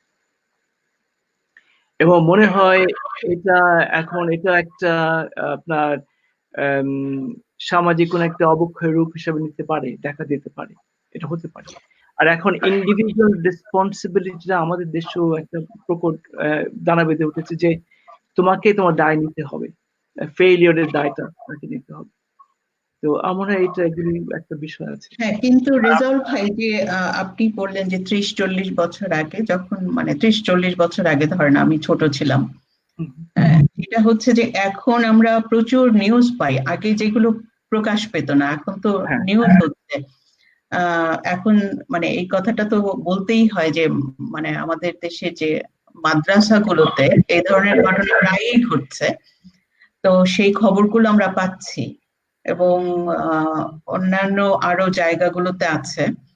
আম, তো আমাদের সময় মানে সেই যখন 30-40 বছর আগে শিশু ছিলাম, তখনও তো ঘটেছে ঘটনা। আমি তো মাদ্রাসায় যাইনি, আমি তো বাসায়ই ছিলাম, তাই না? আমি বাসায় ছিলাম, বাসায়ই ঘটেছে আত্মীয়দের মাধ্যমে।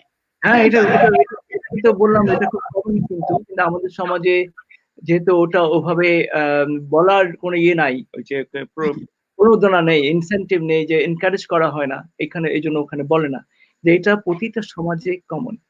এই ইনসেস্ট এবং এবিউজ এটা বোধহয় অনন্তকালের ঘটনা, কিন্তু এবং আমরা যে আপনারা তো দীর্ঘদিন ধরে বাইরে আছেন, দেশের বাইরে আছেন, এইখানে এটার হার কেমন এই ধরনের ঘটনার?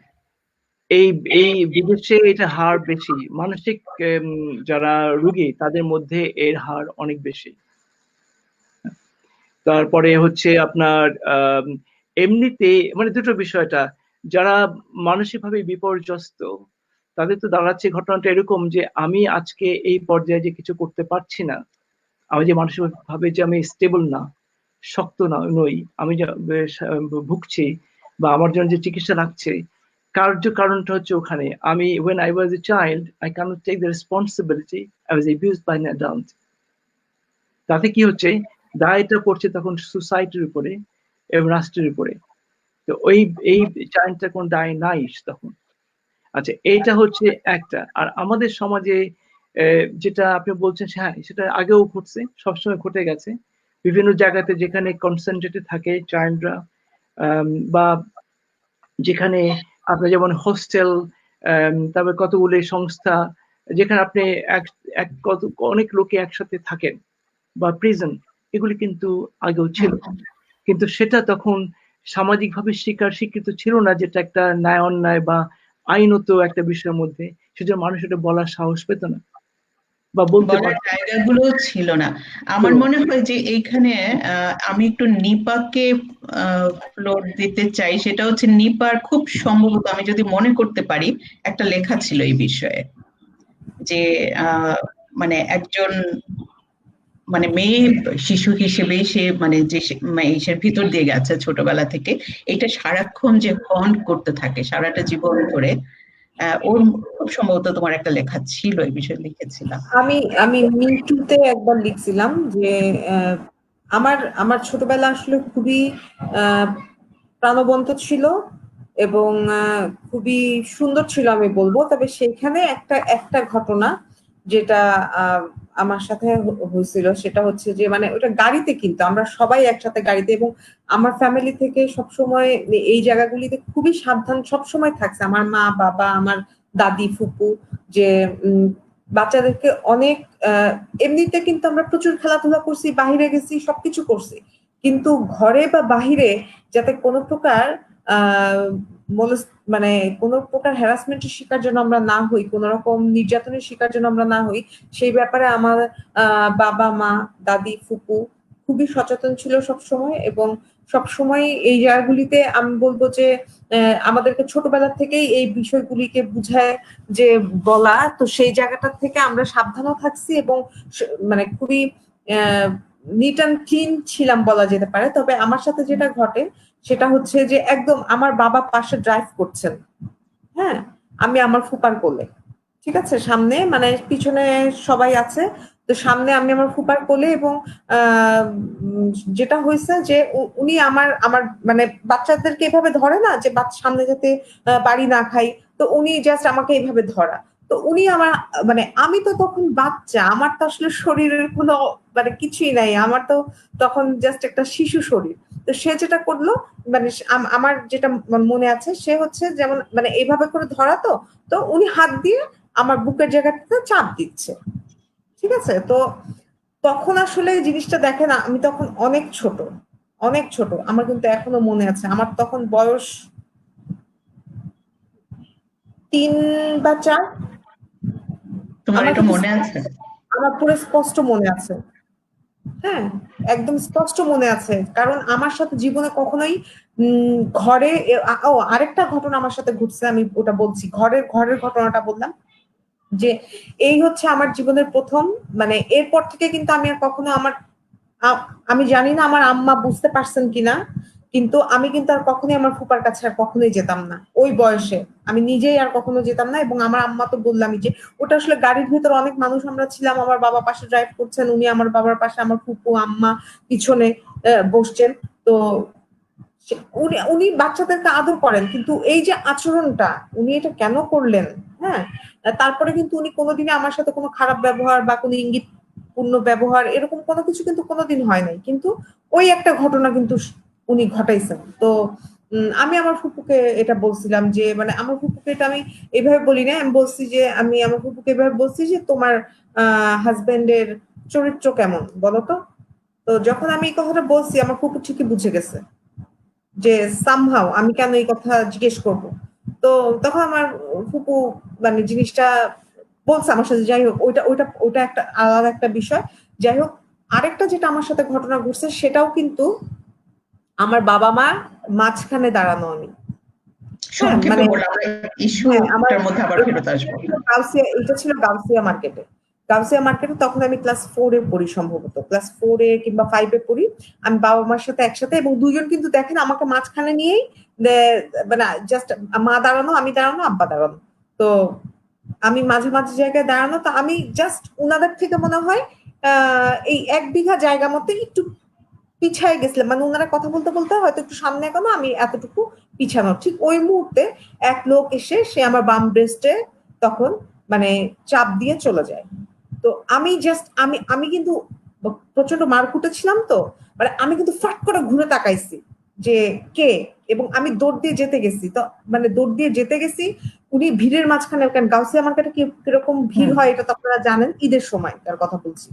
তো আম্মা আমাকে বলছে এই কোথায় যাচ্ছ, আর আমি মানে কোথায় যাচ্ছ আম্মার হাত সরাতে সরাতে আমি দেখলাম যে লোকটা চলে গেল। শর্ট মতো একটা লোক ছিল, লোকটা চলে গেল।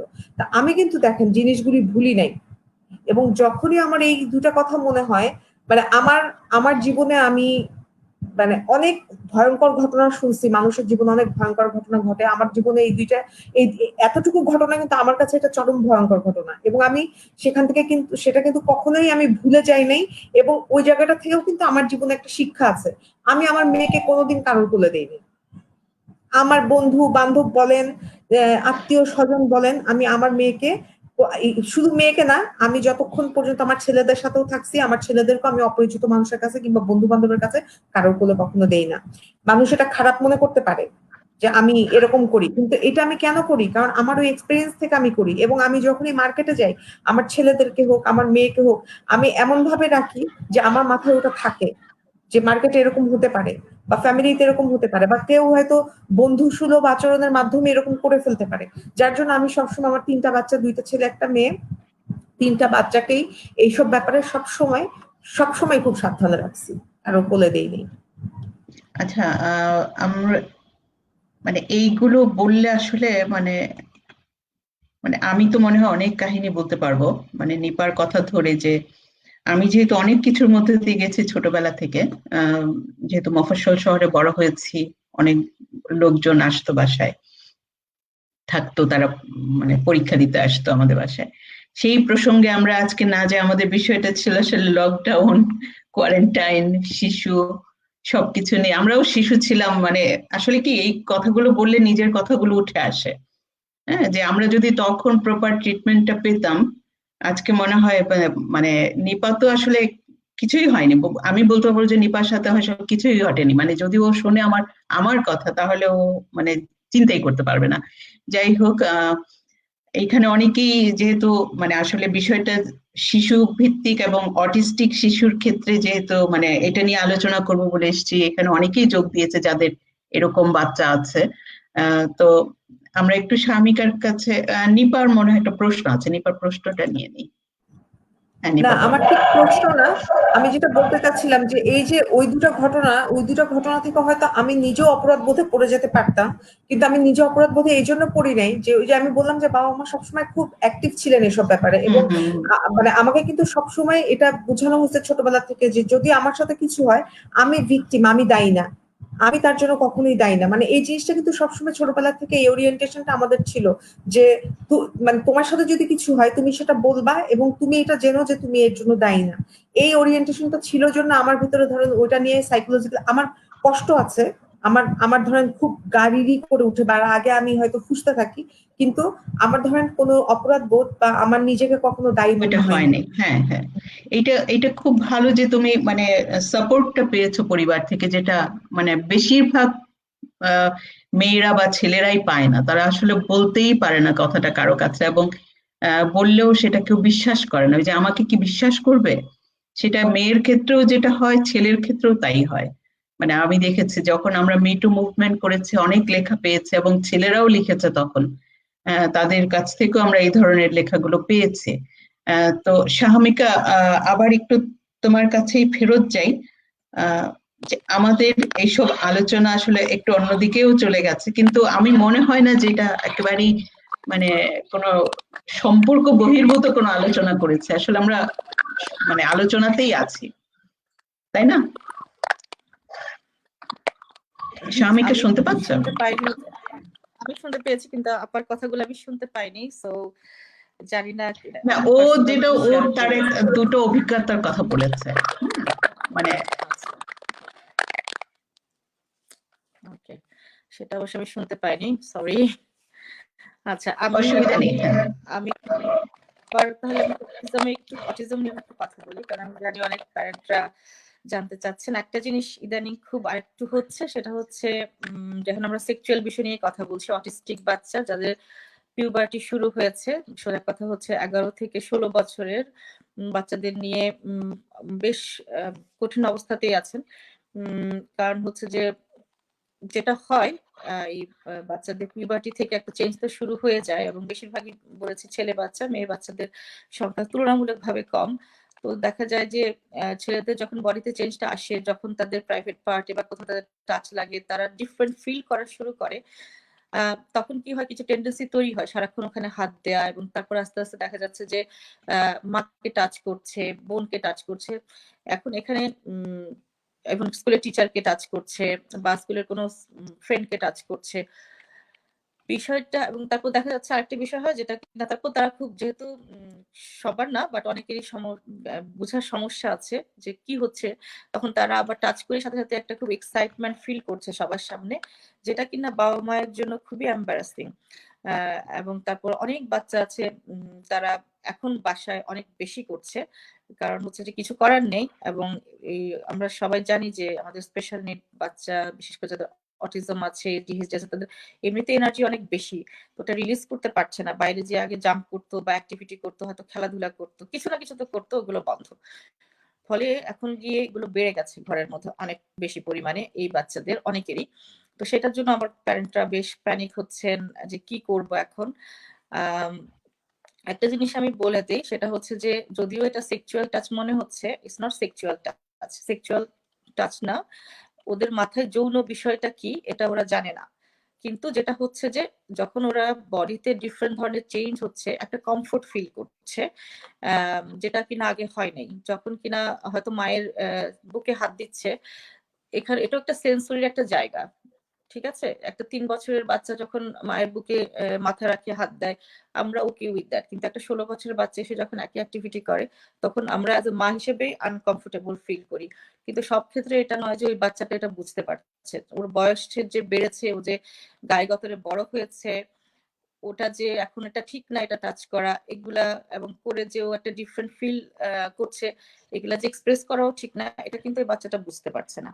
তো ফলে প্যারেন্টদের কাছে যেটা আমার রিকোয়েস্ট থাকবে যে আপনারা খুব বেশি প্যানিক হয়েন না এটা নিয়ে যে এই বাচ্চা সেক্সুয়ালি টাচ করছে, যেটা সবার আগে মনে হয় বাচ্চাকে আরো বেশি মারধর করছেন অনেকেই, এটা করে কোনো লাভ হবে না। যেটা এখন করতে পারেন সেটা হচ্ছে যে ওকে আবার বারবার বোঝানো যে দেখো এটা তোমার প্রাইভেট পার্ট, এটা প্রাইভেট এবং এখানে এখন তুমি হাত দিতে পারবে না। এটা একটা বিষয়। সেকেন্ড হচ্ছে যে তাকে যখন এরকম কোনো অ্যাক্টিভিটি করছে তাকে সাথে সাথে ডাইভার্ট করে দেয়া।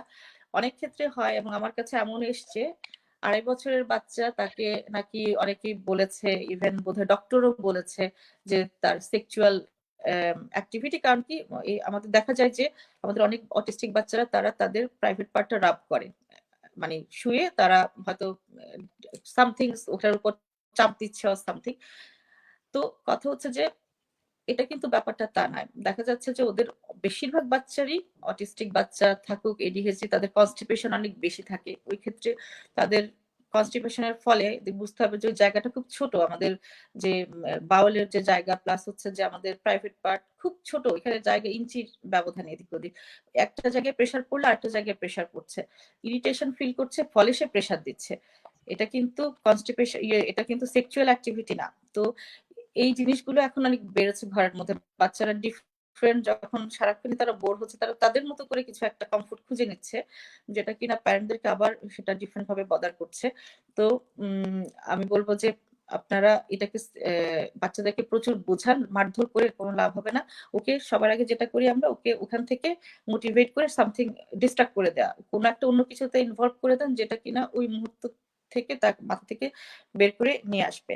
আর তারপরে ঘরের মধ্যে যতটুকু পারেন, যতটুকু তার ফিজিক্যাল অ্যাক্টিভিটি করানো সম্ভব, যদি একটা পাঞ্চিং ব্যাগ হয়, পাঞ্চিং ব্যাগের দরকার নেই, কোনো একটা কিছুর মধ্যে কাপড়, ঝুড়ির মধ্যে কাপড় বেঁধে ওই ঝুড়িটাও যদি পাঞ্চ করতে দেন, তাকে লাফাতে দেন, লাইক এনার্জি রিলিজটা খুব ইম্পর্টেন্ট।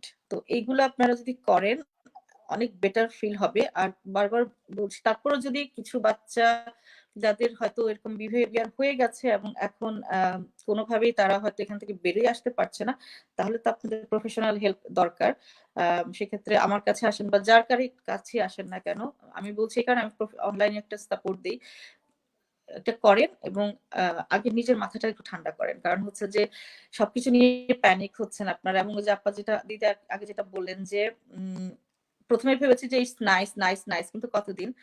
আমাদের বাবা মায়েদের আরেকটা বড় ভয় যেটা হচ্ছে যে ফাইন্যান্সিয়াল, যে এটা আসবে। এবং আমি প্যারেন্টদেরকেও আমি বলছি বিভিন্ন ভাবে যে ফাইন্যান্সিয়াল একটা ক্রাইসিস আপনাদের আসবে, সো রেডি থাকেন। তার মানে না যে আপনি বাচ্চার উপরে ওই স্ট্রেসটা ফেলে দিবেন, কারণ হচ্ছে যে ও কিন্তু বুঝতে পারছে না।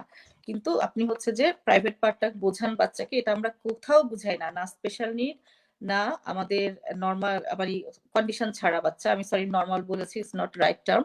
হ্যাঁ, কন্ডিশন ছাড়া বাচ্চা যারা, কাউকে কিন্তু আমরা এই জিনিসগুলো বোঝাই না। ইভেন সেক্সুয়াল যে বিহেভিয়ারটা, আমরা সবাই কিন্তু নিজেদের মতো করে একটা কিছু গড়ে নেই, কারণ আমাদের কোথাও কথা বলার জায়গা নেই। তো কি হয়, ওরা বিভিন্ন ধরনের জিনিস বিভিন্ন ভাবে আইডিয়া করে করে করে করে তারা, ইভেন ইন্টারনেটে তো একটা লং টাইম আমাদের বাচ্চাদেরকে আমরা দিয়ে দেই। সেখানে এমন ভিডিও আছে যেটা কিনা ধরেন even Tom and Jerry, Peppa Pig, খুব সেফ ভিডিও, কিন্তু ওটার মধ্যেও কিন্তু অনেক অ্যাবিউসিভ ভিডিও আছে, অনেক খুব নৃশংসতা আছে টম এন্ড জেরির মধ্যে, প্রচন্ড আছে। তো এই জন্য আপনারা দেখবেন যে বাচ্চা কোথা থেকে এগুলো শিখছে, এটা খুব ইম্পর্টেন্ট। যে এগুলো কোথা থেকে শিখছে, কোথা থেকে এগুলো করছে। তো ওই যে এর আগেও বলেছি যে ফেসবুক, ইন্টারনেট, এটা আপনি জানেন না যে কে কি ইন্টেনশন নিয়ে বসে আছে। শুধুমাত্র মানে কয়েক হাজার গ্রুপই আছে যে যারা কিনা সংঘবদ্ধ ভাবে ইভেন আমাদের এই বাচ্চাদেরকেও টার্গেট করে। কারণ কি ধরেন, এটা ইজি অ্যাক্সেস, ওরা কিছু বোঝে না।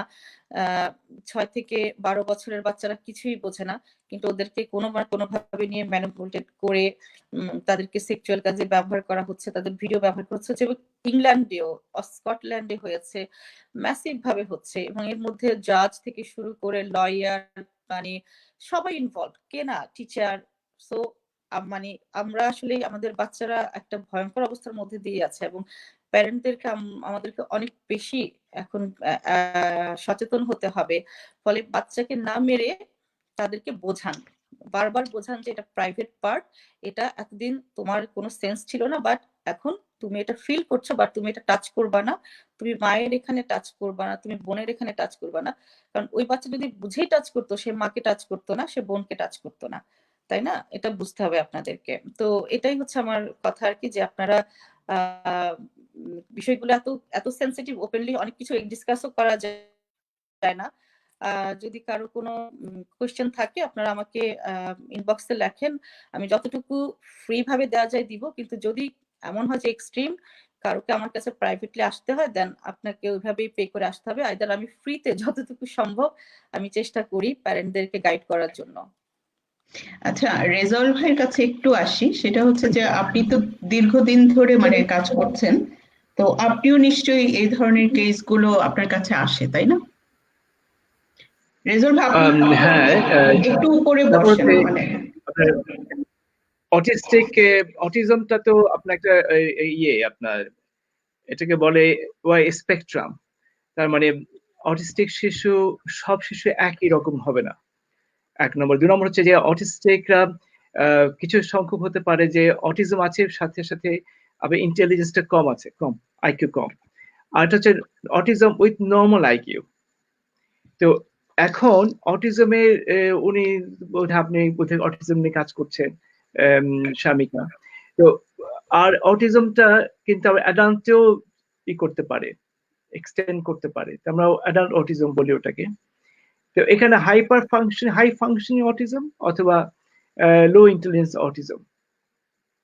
এখন অটিজমের বিষয়টা হচ্ছে একটু বলে নেই, সেটা হচ্ছে যে মুশকিলটা হচ্ছে তার নর্মাল, কিন্তু আমরা বলি অ্যাটিপিক্যাল, অর্থাৎ তাদের যে ওয়্যারিংটা ব্রেনে ওটা একটু সময় নিয়েছে করতে, আর ঠিক মতো হয়নি।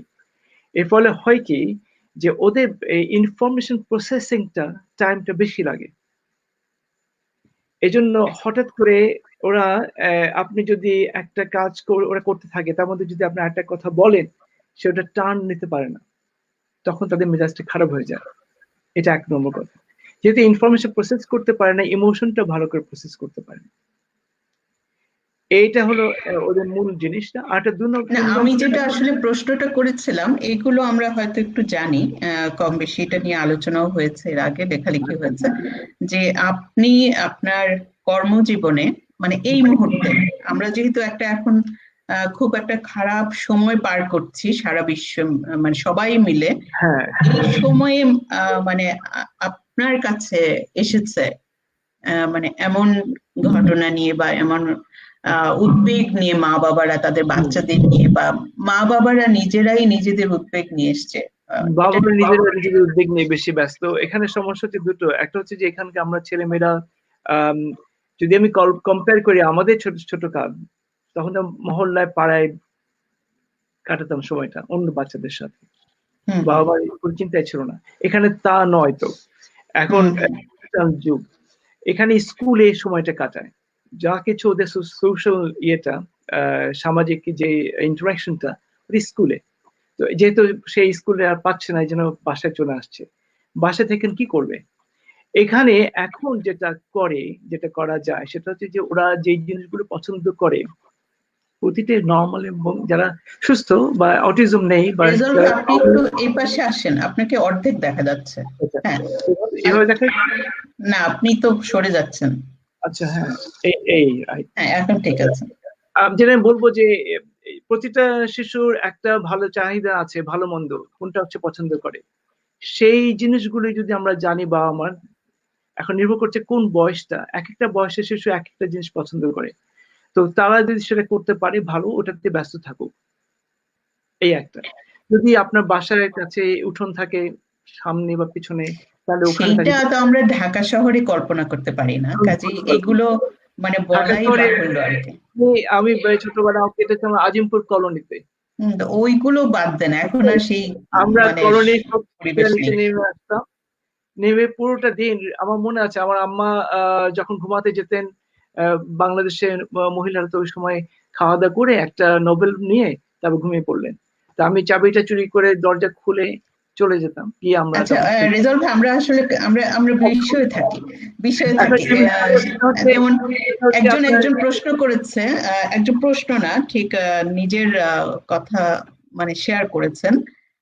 আমার বয়ঃসন্ধিকাল শুরু হওয়ার আগে থেকে এবং বয়ঃসন্ধিকাল পর্যন্ত অনেকবার আমি নিপীড়নের শিকার হয়েছি, কিন্তু যন্ত্রণার কথাগুলো কারো কাছে বলতে পারিনি। বললে আমাকেই হাসি ঠাট্টার শিকার হতে হবে। মানে এই যে বিষয়টা আমরা আসলে কথা বলেছি যে আমাদের সময় আমরা এগুলো বলতেই পারিনি, তাই না? এখন যেমন বাচ্চাদের ব্যাপারে আমরা মা বাবারা অনেক সতর্ক হয়েছি, তাদেরকে বলার জন্য, মানে কোথায় হ্যাঁ বলতে হবে কোথায় না বলতে হবে এটা শেখাচ্ছি, ব্যাড টাচ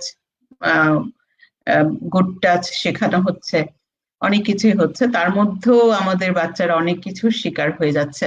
আমরা আসলে আজকে 1 ঘন্টা সোয়া ঘন্টা পার করে দিয়েছি কথা বলে। আমার মনে হয় যে এখানে আমরা শেষ করতে পারি আজকে। শাহমিকার কাছে আমি শেষ কথাটুকু শুনে আমার মনে হয় যে আমরা এ নিয়ে আরো আলোচনা করব ভবিষ্যতে। শাহমিকাকে আমি একটু ফ্লোর দিচ্ছি, তোমার ডিমান্ড আছে আজকের আলোচনায়।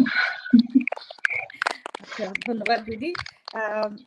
অটিজম নিয়ে যে মায়েরা, একটা জিনিস আমি বলে নেই, সেটা হচ্ছে যে যেহেতু আমি অনেক বছর কাজ করছি, একটু আমি অন্যদিকে যাই। সেটা হচ্ছে যে অটিস্টিক যে বাচ্চা, অটিজমের যে সিমটম গুলো, আমরা যখন যেহেতু মেইন স্ট্রিমের ডক্টরদের সঙ্গে আমাদের একটু পার্থক্য আছে, কারণ হচ্ছে আমি অল্টারনেটিভ সেক্টর থেকে কাজ করছি, ডিফারেন্ট ভাবে হ্যান্ডেল করার চেষ্টা করছি। তো আমার ডায়াগনোসিস অনুযায়ী আমরা যখন দেখি, হিস্ট্রি এগেইন দেখা হয়, একটা বাচ্চা কিন্তু অনেক ছোটবেলা থেকে কিছু সিমটম দেখা যায়।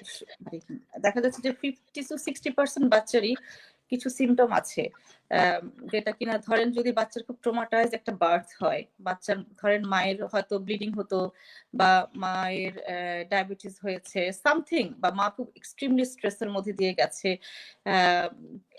সেপারেশন হয়ে ফিল করেছে, সামহাউ লোনলি ফিল করেছে, বা বাবাও, দেখা যায় যে এই ক্ষেত্রে বাচ্চা যখন হয় কিংবা বাচ্চা হওয়ার সময় ফোরসেপ হয়েছে, অথবা বাচ্চা হওয়ার পরে তাকে কোনো না কোনো কারণে এনআইসিইউ তে রাখতে হয়েছে, অ্যান্টিবায়োটিক্স দিতে হয়েছে প্রচুর, দেখা যাচ্ছে যে ওই ক্ষেত্রে এরকম বাচ্চাগুলোকে আমার মনে হয় প্রথমেই বাবা মায়েরা আগে থেকে একটু সচেতন হয়ে যাওয়া দরকার, যে যেহেতু আমার বাচ্চার এত কিছু হয়েছে, আমার মনে হয় একজন স্পেশালিস্টের আন্ডারে চলে আসা ইন দ্য প্রথম বিগিনিং এ, যে আমার বাচ্চা কিছু স্পেসিফিক সিমটম আমরা দেখার চেষ্টা করি যেগুলো আছে কিনা, সেগুলো যদি থেকে যায়, আমরা তখন থেকে যদি অনেক আগে নিয়ে বাচ্চাকে যদি যেমন একটা সিমটম হচ্ছে বাচ্চা হলো খেলো, খাওয়ার পর প্রচুর বমি করলো, বা কলিক বাচ্চা যে সারা রাত কাঁদছে, এরকম অনেক সিমটম আছে যেটা কিনা পরবর্তীকালে দেখা গেছে যে এই বাচ্চাগুলোরই সামহাও অটিজম এর একটা টেন্ডেন্সি দেখা গেছে।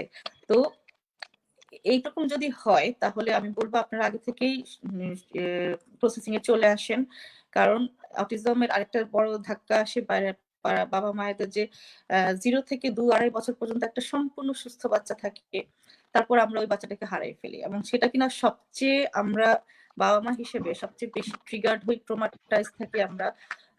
এবং ওই যে আমি এর আগেও বলেছি যে দেখা যায় যে তারপর যেটা হয়, দুটো জিনিস হয়, মা গিলটি ফিল করা শুরু করে, কারণ সবাই তাকে ব্লেম করে। তোমার ইভেন যদি দেখা, অনেক ডক্টর আছে, ডক্টর মায়েদেরকে, অনেক ডক্টরের বাচ্চা আছে অটিজম এসডি স্পেকট্রামের মধ্যে, তোমার এই পেশার কারণে তুমি তোমার বাচ্চা এরকম হয়েছে।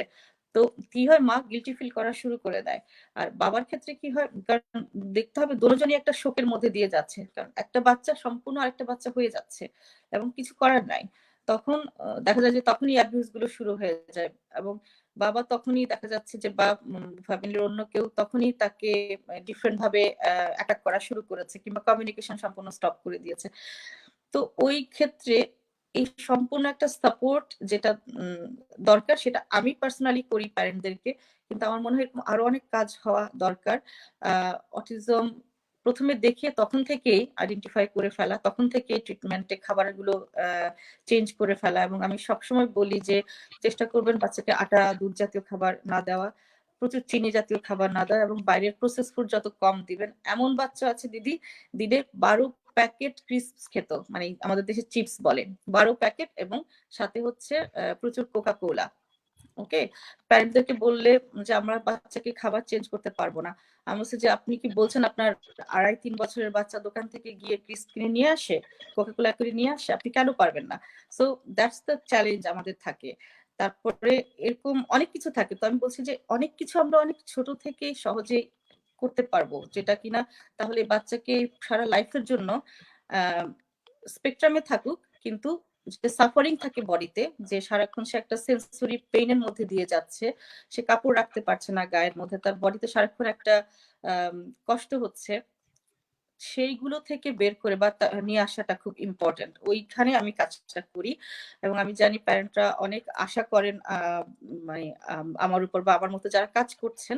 তো এটা পসিবল, কিন্তু আপনার অ্যাজ এ প্যারেন্ট হিসেবে কতটা স্ট্রিক্ট আছেন দেখা দরকার। আরেকটা বিষয় হয় সেটা হচ্ছে যে যখন কোনো অটিস্টিক বাচ্চার মানে স্পেশাল নিড বাচ্চার কিছু একটা হচ্ছে, প্যারেন্টের ধারণা কি তারা যেটাই করে সেটাই তারা মনে করে কি যে এটা মনে হয় অটিজমের কারণে। মানে কি ধরেন একটা বাচ্চা একটা নর্মাল দুষ্টামি করলো, একটা ধরেন দুটা জাম্প দিল, সেটাও তারা প্যানিক হচ্ছে যে আমার বাচ্চা দুটা কেন জাম্প দিল। আমি আপনার 3-4 বছরের বাচ্চা তো জাম্প করবেই, তাহলে সে বাচ্চা না, তাহলে সে 60 বছরের বুড়া না। এই জিনিসগুলো প্যারেন্টদের মধ্যে প্যানিকনেস থাকে যে ও মাই গড, প্রত্যেকটা জিনিস আর কি নর্মাল জিনিসটাকেও তখন অ্যাবনর্মাল ভাবে দেখার একটা টেন্ডেন্সি থাকে। তো এইগুলো বুঝতে হবে প্যারেন্টকে। আর একটা হচ্ছে প্যারেন্টিংটা খুব ইম্পর্টেন্ট। যেমন ধরেন আমরা যেটা বলি টেরিবল টু, মানে হচ্ছে আপনার বাচ্চা রাস্তাঘাটে শুয়ে পড়বে যে আমাকে এটা দাও না, তো আমি শুয়ে পড়লাম। তো ওই ক্ষেত্রেও যদি এখন প্যারেন্টরা যদি এটাকে স্ট্রিক্টলি কন্ট্রোল করতে পারে, দেখা যাবে যে অটিস্টিক বাচ্চা হোক কি এডিএইচডি হোক, কিন্তু একটা কোনো কন্ডিশন ছাড়া বাচ্চা হোক, সে কিন্তু আপনার একটা আন্ডারে চলে আসবে একটা ম্যানেজমেন্টের মধ্যে। আর যদি আপনি খুবই ল্যাথার্জিক ভাবে আচ্ছা করছো করো, আমি তো শাই ফিল করছি, তুমি যেটা চাচ্ছ দিচ্ছি, ওই বাচ্চা আপনাকে কন্ট্রোল করে নিবে। এবং স্পেশাল মানে স্পেকট্রামে থাকা ম্যাক্সিমাম বাচ্চারা সামসামও তারা খুব কন্ট্রোলিং হয়, তাদের ব্রেনটা তারা যেটা চায় ওটা তারা চায়। তো আচ্ছা, এই জায়গায় একটা প্রশ্ন আছে। আমি এরকম বাচ্চা দেখেছি, কোথাও ডিস্টার্ব হচ্ছে, প্রচুর বাচ্চা দেখেছি যারা কোনো কিছু চাইছে এবং চাওয়ার জন্য সে মাটিতে গড়াগড়ি দিচ্ছে। এটা আমাদের দেশের বাচ্চাদের মনে হয় বেশি হয়, মানে মাটিতে গড়াগড়ি খেয়ে কান্না চিৎকার করে চেঁচামেচি করে তারপর বাবা মা বাধ্য হয় তাকে সেই জিনিসটা কিনে দিতে অথবা মারধর করে, মানে এই ঘটনাটার একটা সমাপ্তি ঘটে। মানে এইগুলো থেকে আসলে আমি জানি না, মানে এইগুলো থেকে রেহাই পাওয়ার নিশ্চয়ই কোনো উপায় আছে। আচ্ছা দিদি, এখন হচ্ছে যে ওই যে বললাম প্যারেন্টিং আমাদের দেশে না, এটা সবখানেই হয়। এখানেও আপনি দেখবেন সুপার মার্কেটে শুয়ে পড়েছে বাচ্চা, কিন্তু এখানে কম হয় কেন? এখানে প্যারেন্ট অনেক স্ট্রিক্ট থাকে।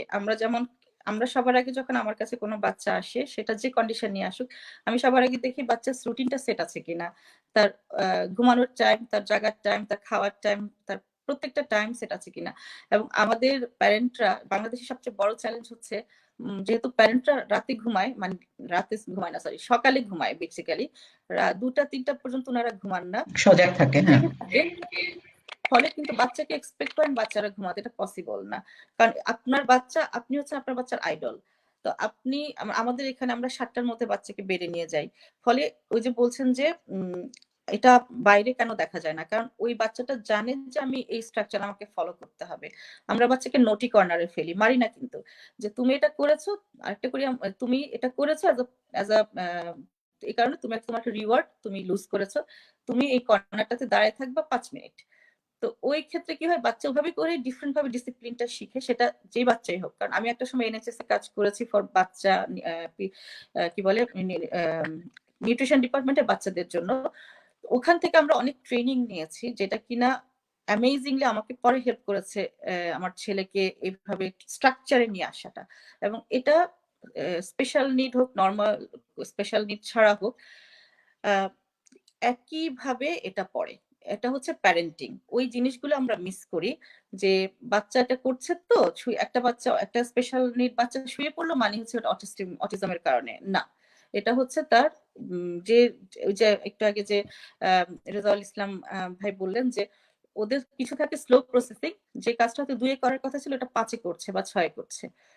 সেটাও হতে পারে, ওর মেন্টাল ব্রেনটা কোথায়। কিন্তু again parenting is very important এখানে। আমরা মনে হয় যে একদিন প্যারেন্টিং নিয়ে একটা পুরো সেশন আমরা করব।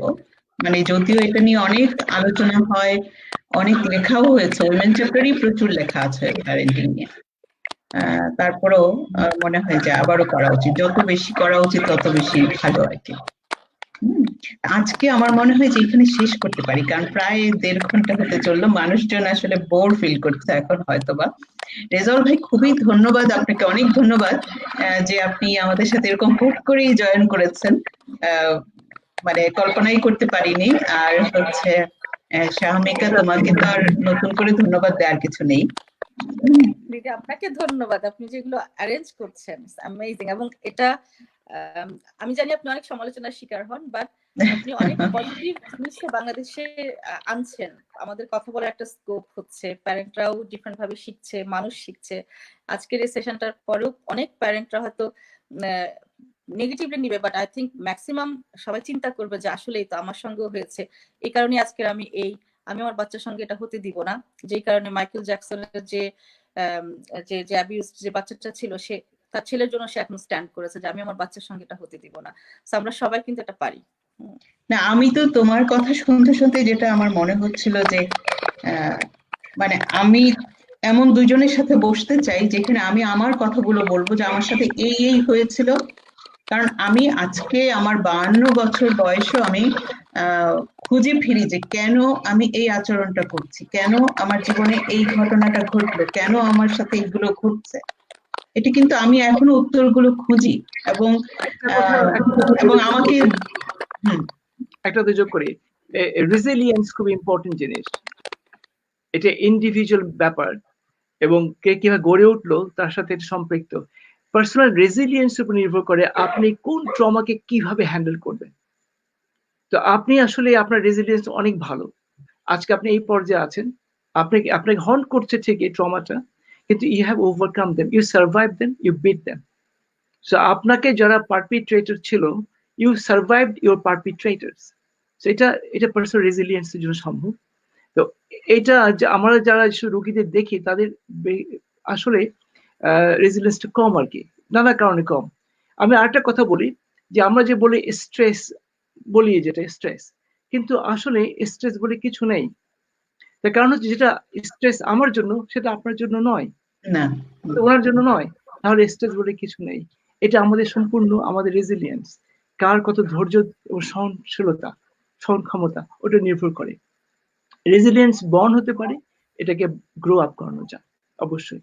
তো সেই গ্রো আপ করানোর মধ্যেই আমাদের প্রফেশনাল ইনপুট এবং প্যারেন্টিং, অ্যাবসলিউটলি প্যারেন্টিং হচ্ছে ফার্ম এন্ড কনসিস্টেন্ট।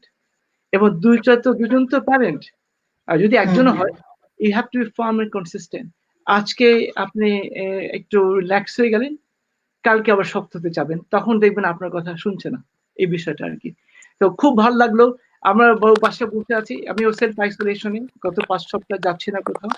তো হঠাৎ করে দেখলাম সবাই সুস্থ থাকবেন। আপনাদের এখানে তো মানে এটার বিস্তার আছে, সংক্রমণটা ভালোই ঘটছে। জানেন, এই যে সময়টা আমরা পাচ্ছি, উই আর ব্লেসড। এমন কোন সময় কখনো পাবো না আমরা, যে ফোর্স আমাদের কোনো দায় নেই, কোনো দায়িত্ব নেই, অফিস যেতে হচ্ছে না, কাজে যেতে হচ্ছে না, দোকান খুলতে হচ্ছে না, বাসায় থাকছি, পুরোপুরি ছুটি, এবং বাইরেও যেতে হচ্ছে না, হলিডে করতে যেতে হচ্ছে না, বাসায় থাকতে হবে। বাসায় থাকলে এখন ছেলে মেয়েদের নিয়ে থাকতে হবে। এই সময়টা আপনি 50 বছর আগে, 7 বছর আগে আমরা পেয়েছি। আমার আব্বা এসে গল্প করতেন ইতিহাস থেকে, এখন তো আমরা কোনোদিন গল্প করিনি সেটা। তো এই জন্য এটা আমরা ব্লেসড যে এই সময়টা পেয়েছি, এটা পজিটিভ দেখা ভালো। Thank you. has a silver lining, এইভাবে যদি দেখি, nothing will be difficult. ধন্যবাদ দুজনকে, ধন্যবাদ। হ্যাঁ, নিপা আগেই চলে গেছে, ওকেও ধন্যবাদ। বন্ধ করতে আছে কোন? ঠিক আছে, আপনি কি মানে আমি অফিসিয়ালি সবার কাছ থেকে বিদায় নিচ্ছি। ধন্যবাদ সবাইকে আজকে। না, আমি মানে আমরাই সবাই বের হয়ে যাবো। Bye bye.